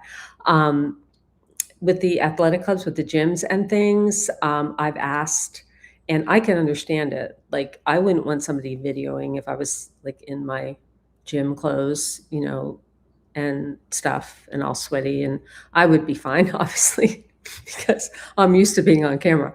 But no, gyms do not want you photographing. And I would think the same thing at a public. I'm pretty sure I'm going to be able to video when I go to the Olympic swimming pool center that's in Rio Negro. But yeah, so I am limited where I can video, as well sometimes. But most places will let me film, but definitely not the gyms.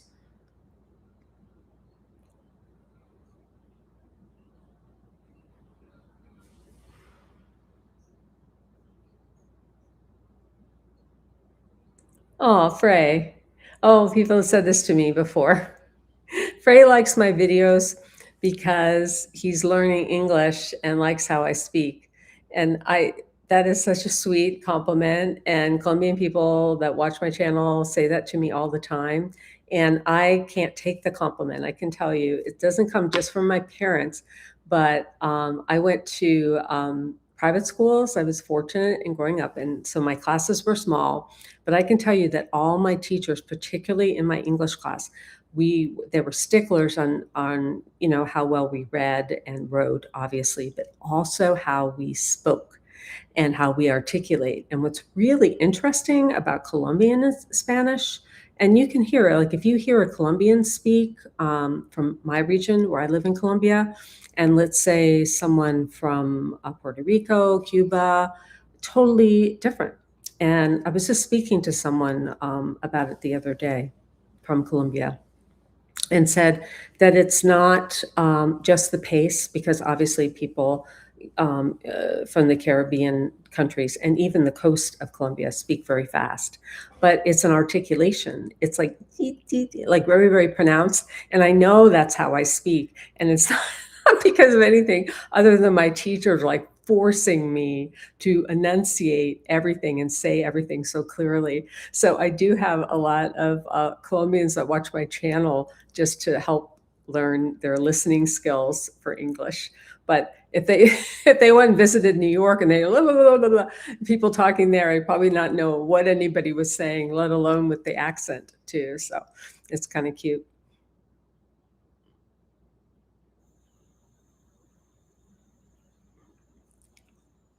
So Donna is asking, oh, this is a good timeline question. And just hold on, Donna, before I answer. I did say I was doing this for 2 hours. I'm going to do 2 hours and 15 minutes, guys. Normally I go 3 or 4, but I can't because I'm actually at family's home. And we have things to do that we're doing together today. So I can't be on for my usual crazy time. I've actually had people apologize to me to write in and say, oh my gosh, can you, or not apologize, but also ask me, I came to your live, but can you please stop doing them for 3 or 4 hours? Because I can't stay in that long. And when I do them for a really long time, it's because people keep joining. Like right now, I'm at 93. I was at 70 something when I looked, I think like half hour ago. It's like I kept seeing more people join, and there's more questions, and I'm an A-type personality. Why is this off to the side? I don't know what's going on. I'm an A-type personality, so there we go. So, and sort of a people pleaser, and so I had more questions, so I just kept answering them, but I'm not going to be able to today. So at probably about 2:15, I'm going to have to end the chat. Okay, where were we? I get sidetracked easily. Sorry, guys. Okay. Elia, I'm glad you asked this question and I'm going to explain why I don't answer it. Elia says, with the situation in Venezuela, are there any concerns in Colombia? I don't like to talk politics, but what I can do as a general answer for that, it's an entirely different country. So, and I am not concerned about that whatsoever. What I can tell you is the relationship that Colombia has had with the United States. It's been flawless, other than a recent squabble. I just call it sort of two hothead personalities. That's all I can say. Two leaders with hothead personalities that like spewing things went on. But other than that, there's been like no problems. Colombia has probably, I don't know the statistics, I had looked it up at one time, has had its solid democracy since the 1800s. Okay, so we're talking a very, very long time. It's had a flawless relationship with the United States for the entire time. There was one little bleep in the late 1800s. Some military guy took over for a very short amount of time and got ousted and went right back to its solid democracy. And it's been like that. I'm so bad at math. Like what is it from like 1880 to 2025? I don't know how many years, but it's a really, really long time. Like nothing bad, really good relationship, free, I guess it's called free and fair elections, normal transition to power, like nothing like crazy. I can tell you too, I mean, there are countries in the world and Latin American countries where people picket all the time. And I've only known since in the 2 years that I have lived in the region, I only heard about one. It was a teacher strike and it was in Medellin. I mean, it was totally peaceful. But I've never seen out where I live. I mean, there's no like shutdowns. I never see any like political, sort of marches, people making a stance on something. I haven't seen anything like that. I'm sure in Bogota, it happens. I mean, we do that in the United States, right? we have a cause or we have something and we join and we do our, our march, for our cause or whatever. But I don't see that where I live. I mean, I just don't see it. So, nothing. And if there's a police presence, it's there to keep away any riffraffy kind of people. So if there's a concert in the park or something like that, there may be there. I don't know of any police corruption in my area. I've asked neighbors that. The police, they say, are very honest. I feel good. I've always felt that way about the police. I don't break the law. I've never, back when I grew up in 60s and 70s, there were horrible names for police and stuff. And fortunately, where I lived and being, of a particular race and things like that, I did not experience any type of violence or anything from the police towards me. And seeing a police officer always made me feel more safe. So that's the attitude that I have about them in my region. Now, as far as traffic tickets, those police aren't even armed. They're just like, what do they call? It's a kind of meter maid type of people. They just, might issue like a parking ticket or a traffic violation type of ticket. And from what I hear, those tickets are very inexpensive. Again, there's not this corruption where they say, oh, you give me $200 right now and I'll let you go.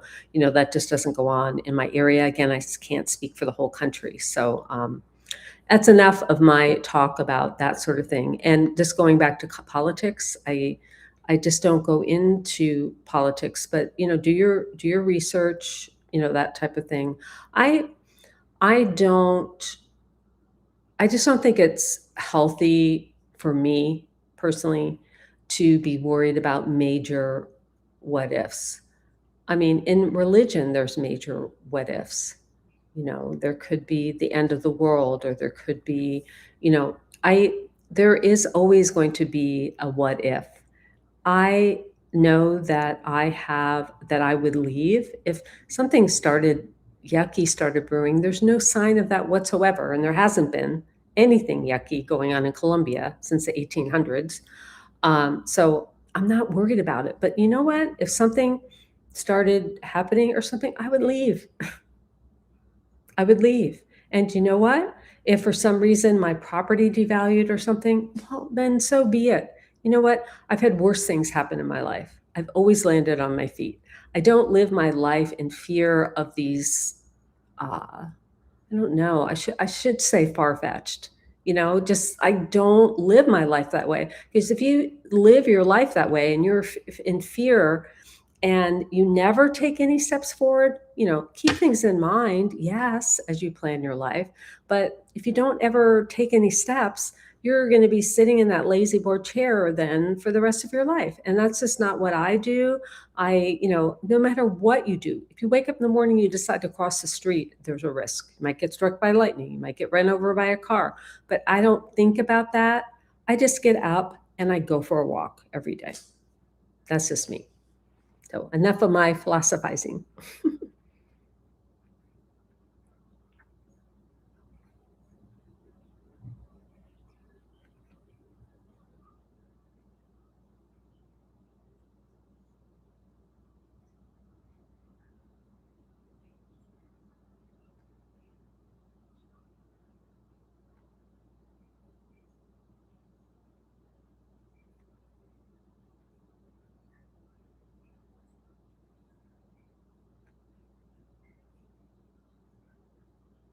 Okay, Donna is asking for a timeline question. So besides going to Colombia to see if that is where you want to retire, what's the first step? Visa, lawyer, what to do first? Okay, so the first thing to do is decide if you want to come or not. So that's why you have to visit, once, preferably twice, but you can do it on one visit. I would say that you would need to stay for at least a month, maybe longer. And as far as your timeline beyond that, your next step would be getting in order in the United States, getting your life in order and prepared to move. Okay, so that's the timeline. So that means downsizing. That means, do you need to sell where it is that you're living? Are you in a lease type situation? Could you sublet, if your lease isn't up soon? Looking into all of that. So that's going to create, timeline for you. All you can even start things well in advance. If you know for sure you're going to be moving or changing your life in some way, in some capacity. I mean, I did that starting early on, and I was, moving into van life, and so I was downsizing. To me, all those little steps were positive things. I looked at them as sort of checking off the checklist towards a new future, whatever that might be. I didn't even know then, but it empowered me. So I enjoyed those steps early on. But if you have gotten to the point, or you're projecting that you're getting to the point where you're actually moving, I mentioned this earlier, the very best thing to do in that situation is plan on coming for a trip to secure either the purchase of property, or in most people's cases, it's a long-term rental, because they want to rent first. Even if they were buying property, they aren't like me. I moved fast because I'm just a decisive person, and I knew after a couple of visits and spending a lot of time that I wanted to buy property, and I didn't want the bill of having rent. I was so tired of bills, I can't even tell you. So everyone has different mindsets and things.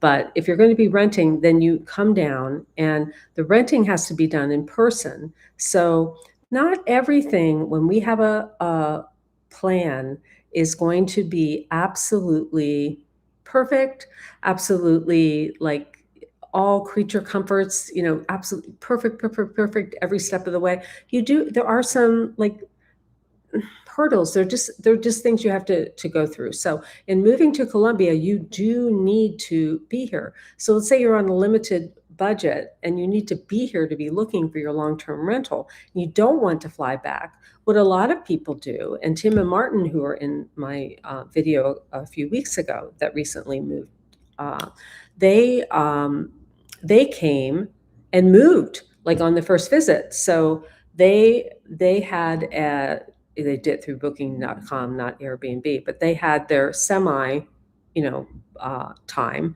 You could step it by starting in a hotel. And then I always say, look at the booking.com or Airbnb in person, and then rent that for a month or two. And then do your on the ground looking through referrals, which, I can provide. I've gone into that, to help you find your long-term rental. So you're going to have to do that in Colombia.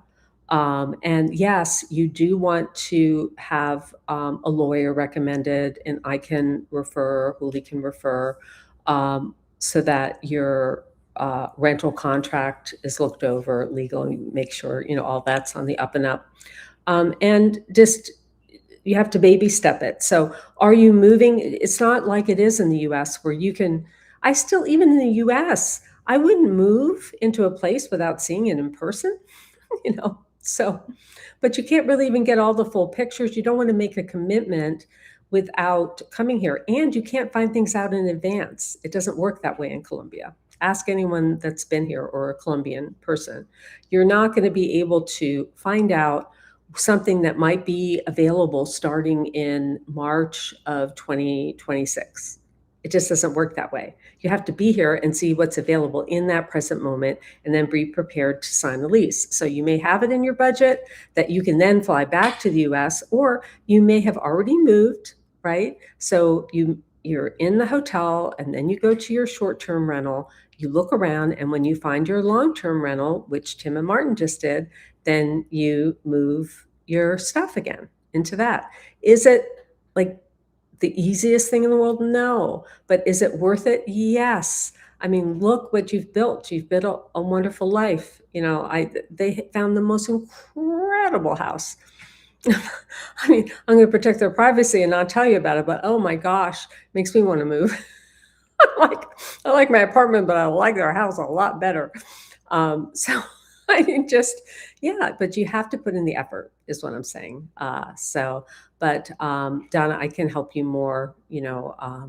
We can talk again in a consult or whatever with, helping you with your timeline. But that's basically how it works. So you always make sure you have experts at your side, and you just baby step it every step of the way.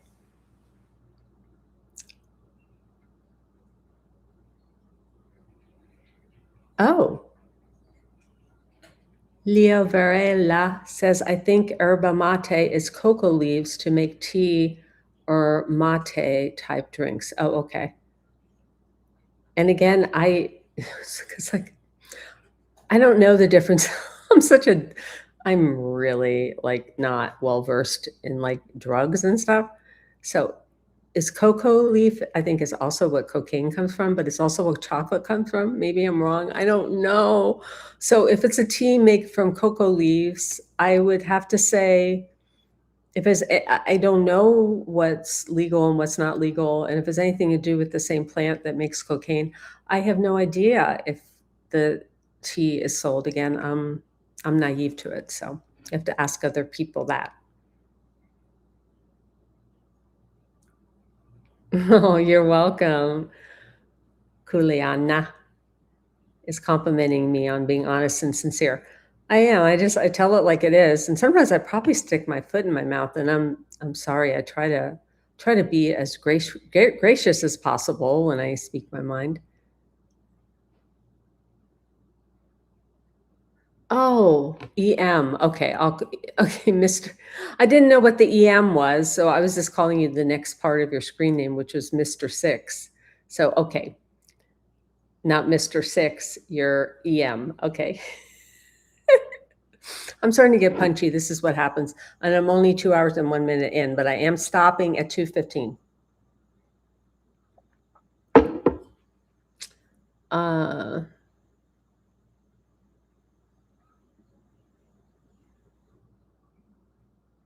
sorry, a lot of people asking questions, so it's bouncing around.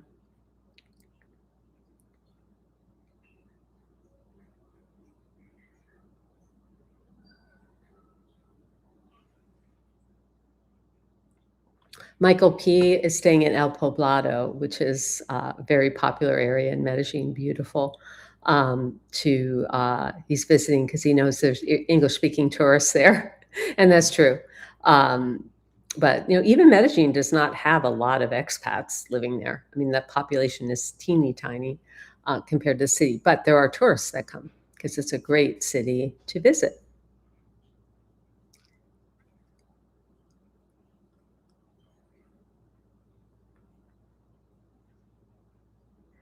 Okay, Liz is asking, Nana, does Colombia take Medicare Advantage like Panama? No, Colombia is not affiliated with the U.S. in ways that Panama is. So no, that doesn't work here. If we would like to retire there, will we have to get a traveler's visa first before a retirement visa? No, it's called a tourist visa, but it's not like a piece of paper. You can enter Colombia with your passport and you can stay for 90 days and it's extendable for 90 days. So basically 6 months out of a 12-month period, you're allowed to be in Colombia every 12 months. It can be back and forth, or it can be one long stretch as long as you renew midway. You can do that. And then during that period is when people apply for their retirement visa, as what you're asking about. And usually, as soon as you arrive, I mentioned this earlier, and I say this a lot of times on my channel, you do not want to start your visa process, your retirement visa process in the United States. Colombia does have consulates, but that's not their focus. So it's a very slow process if you start it in the US. So you want to do it when you arrive on your tourist visa, and you want to make sure you have an expert like Huli to do that for you. Because some people do it on their own and some people are okay, but laws change, rules change. It's a type of ink that you do your FBI check thumbprint. I mean, there's so many changes all the time. You want to make sure that your application is done by a professional and it's submitted correctly, so there aren't any glitches, so you don't find out after months that you did something wrong, then you have to leave and come back and start it all over again. So always have an expert help you, and that's how that works.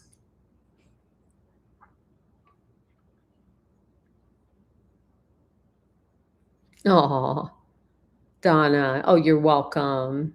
And I know you're waiting patiently.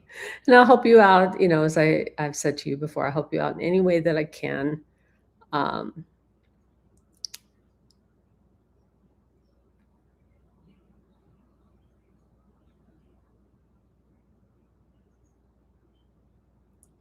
So SK, can you comment on La Ceja, El Retiro, Rio Negro, San Antonio, and Envigado? Wow, that's a lot. If I had to talk about all those places, I'd definitely go overtime, big time. My whole channel is about that. Not so much Envigado. Sometimes people think Envigado is only the neighborhood just south of Medellín, which is a beautiful place to live. And it's just right below the city. Much more just sort of quaint and charming. It's a real local place to live, not a tourist area. But Envigado goes all the way up the mountainside and actually touches El Retiro. So, but the region, again, a lot of these places, I said this at the beginning of my video, a lot of these places are municipalities or sort of areas. You can't, if you just looked at a dot on the map for El Retiro, it looks tiny, but it's a municipality and it merges into the whole area of Envigado right at the mountaintop. Yeah, I would just say, SK, to watch watch my videos. I show La Ceja, El Retiro, Rio Negro, which also includes the Pueblo of San Antonio and the section of Llano Grande. It's all a very, very sort of intertwined area. Everything sort of fingers together. If you're driving around, sometimes you don't know, did I leave? Am I in La Ceja now? Like, I thought I was just in San Antonio. It all sort of um, intertwines and merges with one another, but everything was within like 35 minutes of one another. If you're at one far end of Rio Negro to get into the far end of the El Retiro municipality. And so it just all kind of intermixes. And that's what my channel is basically about. I do a little bit in Medellin, but it's about this particular area of Eastern Antioquia, which is known as El Oriente. And that extends all the way to Guatapé, but that's much further east. And I will go out there one day. It's a beautiful lake region. Tourists go there. Families from Medellin might have a vacation or weekend getaway home, but it takes a long time to get out there and it's very isolated. Not a lot of shopping, not a lot to do other than just, look at the beautiful lake region, have a boat. There's not a huge demand as far as expats coming to Colombia to live out there. But if you like being sort of off the beaten track, then definitely it's an option. But yes, I do just tell you to watch my channel. I mean, I go into all of the areas that I just spoke of that intertwine together in my El Oriente region. And you don't want to, I said this at the beginning of my live, don't set your sight, don't say, well, I want to find out if I want to live in Rio Negro, which is a municipality like this, or, El Retiro, because they just finger together. It doesn't, what you want to do is find out where you want to live, meaning where are you renting, where are you buying? Do you like the gated community, say that it's in? Do you like the restaurants that are down the hill or down the road? And it's got convenient tienda nearby, because everything is going to be close to Llano Grande and the part of Rio Negro where you have two big hospitals. You're still going to be within a half an hour of that, even if you're at the furthest point. So it's you don't want to say, I have to be in Llano Grande, I have to be in San Antonio, down to the little specific area. If you say you have to be in Rio Negro, well, it's a whole municipality. And if you rule out La Ceja, El Carmen, and El Retiro, that's a mistake, because you could be missing out on the most prime rental or your absolutely perfect apartment or house to buy just because it has an address that has that particular name at the end of it. So don't lock yourself in, is my best advice.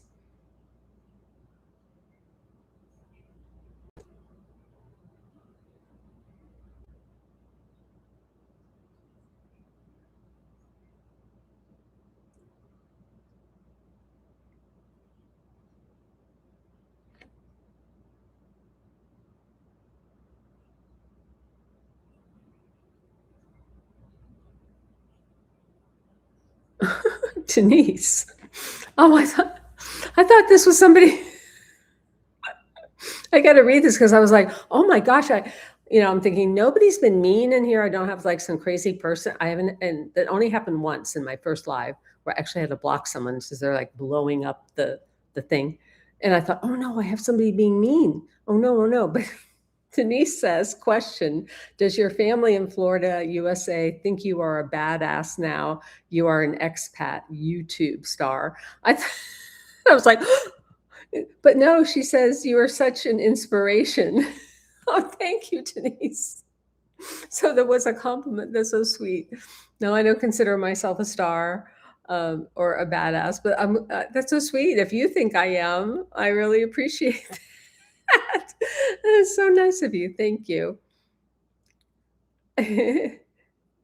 Yeah, but I think they're proud of me that I don't know, that I did what I did and did van life for a while and then became an expat. And then I said, you know what? I want to reach out to people to tell them about this. And I'll be honest too. I mean, I'm always honest. I was looking for, some additional income so that I would have even more flexibility in my life, to travel, to come back to Florida to see my family and do one trip a year. And you all, I'm going to thank you all. I'm going to be going on a trip this spring. I'm not going to tell you all the details about it, but it is quite amazing. And I'm going with somebody really special that I'm not going to tell you who that is yet, but it's going to be the end of April into early May, and it's going to include Europe. So that's just going to be fun. So, I mean, my channel is still all about becoming an expat and moving to Antioquia, Colombia, because that's what I believe in.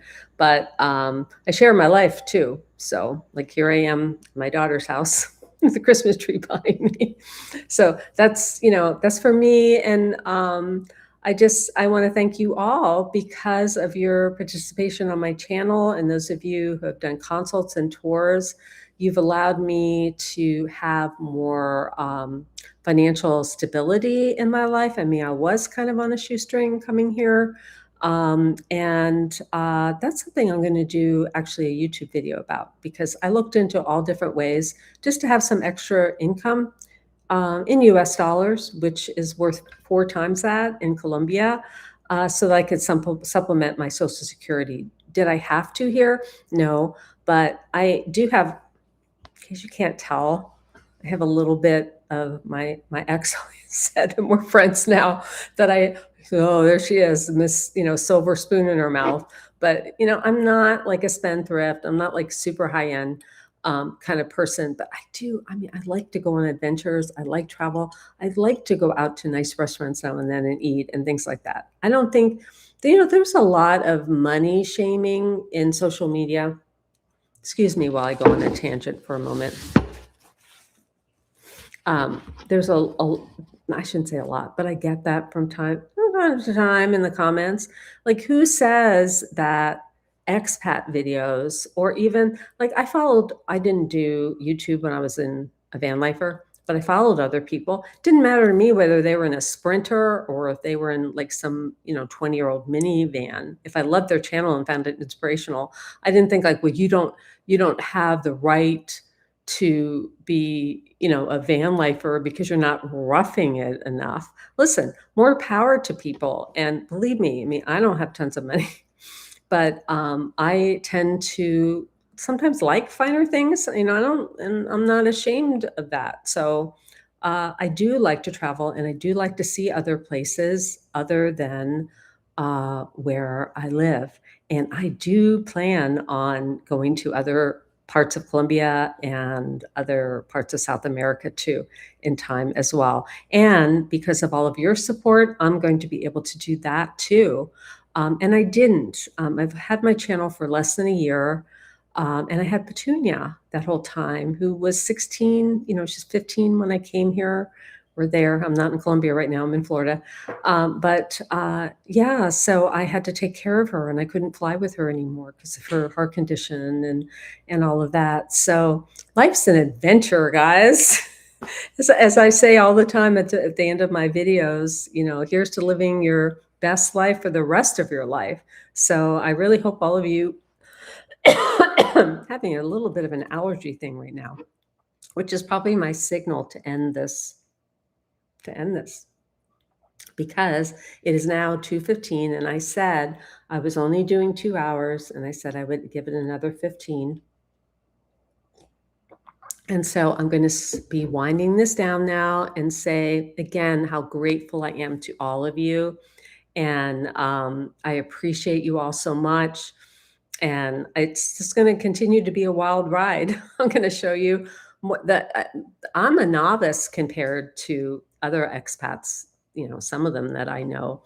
And, you're riding along this with me, which I think is just really fun as I learn more about my region, as I learn more about the mistakes I made, the right things that I did. I meet other people that have done things that are fantastic. I pass that on to you guys. I just, I don't know. I'm just on an adventure, and I'm so glad that all of you are on this adventure with me. So on that note, everybody's saying bye-bye and thank you. On that note, happy holidays, no matter what you're celebrating, Christmas, Hanukkah, whatever it is. This is a very special time of year, for all of us. And I wish everyone just beautiful holiday season. Next week, next Sunday, I don't even know what day it is. Next Sunday, I'm not going to have a video. I'm going to do a community post. So I'm not doing a video. The Sunday after that, even though I think I'm still here, I'm going to have one, but it's older footage. I can't remember. I'm really bad with dates and numbers and stuff.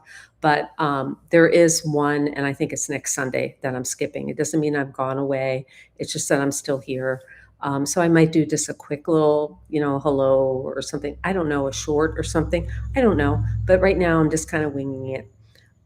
Thank you, everyone. Everybody's sending hugs and kisses back to everyone else. And thanks again for joining me. And if I didn't get to your question, I apologize. And you can always book a consult and we will dive deep. And guess what? Not only do my lives go long, but my consults are supposed to be an hour, but they don't end until I answer all your questions. So I will, talk and talk and talk. That's me. Anyway, happy holidays, everyone. Until next time, wishing you and yours just a very magical time of year and lots of love and big hugs to everyone. Take care and see you real soon. Bye-bye.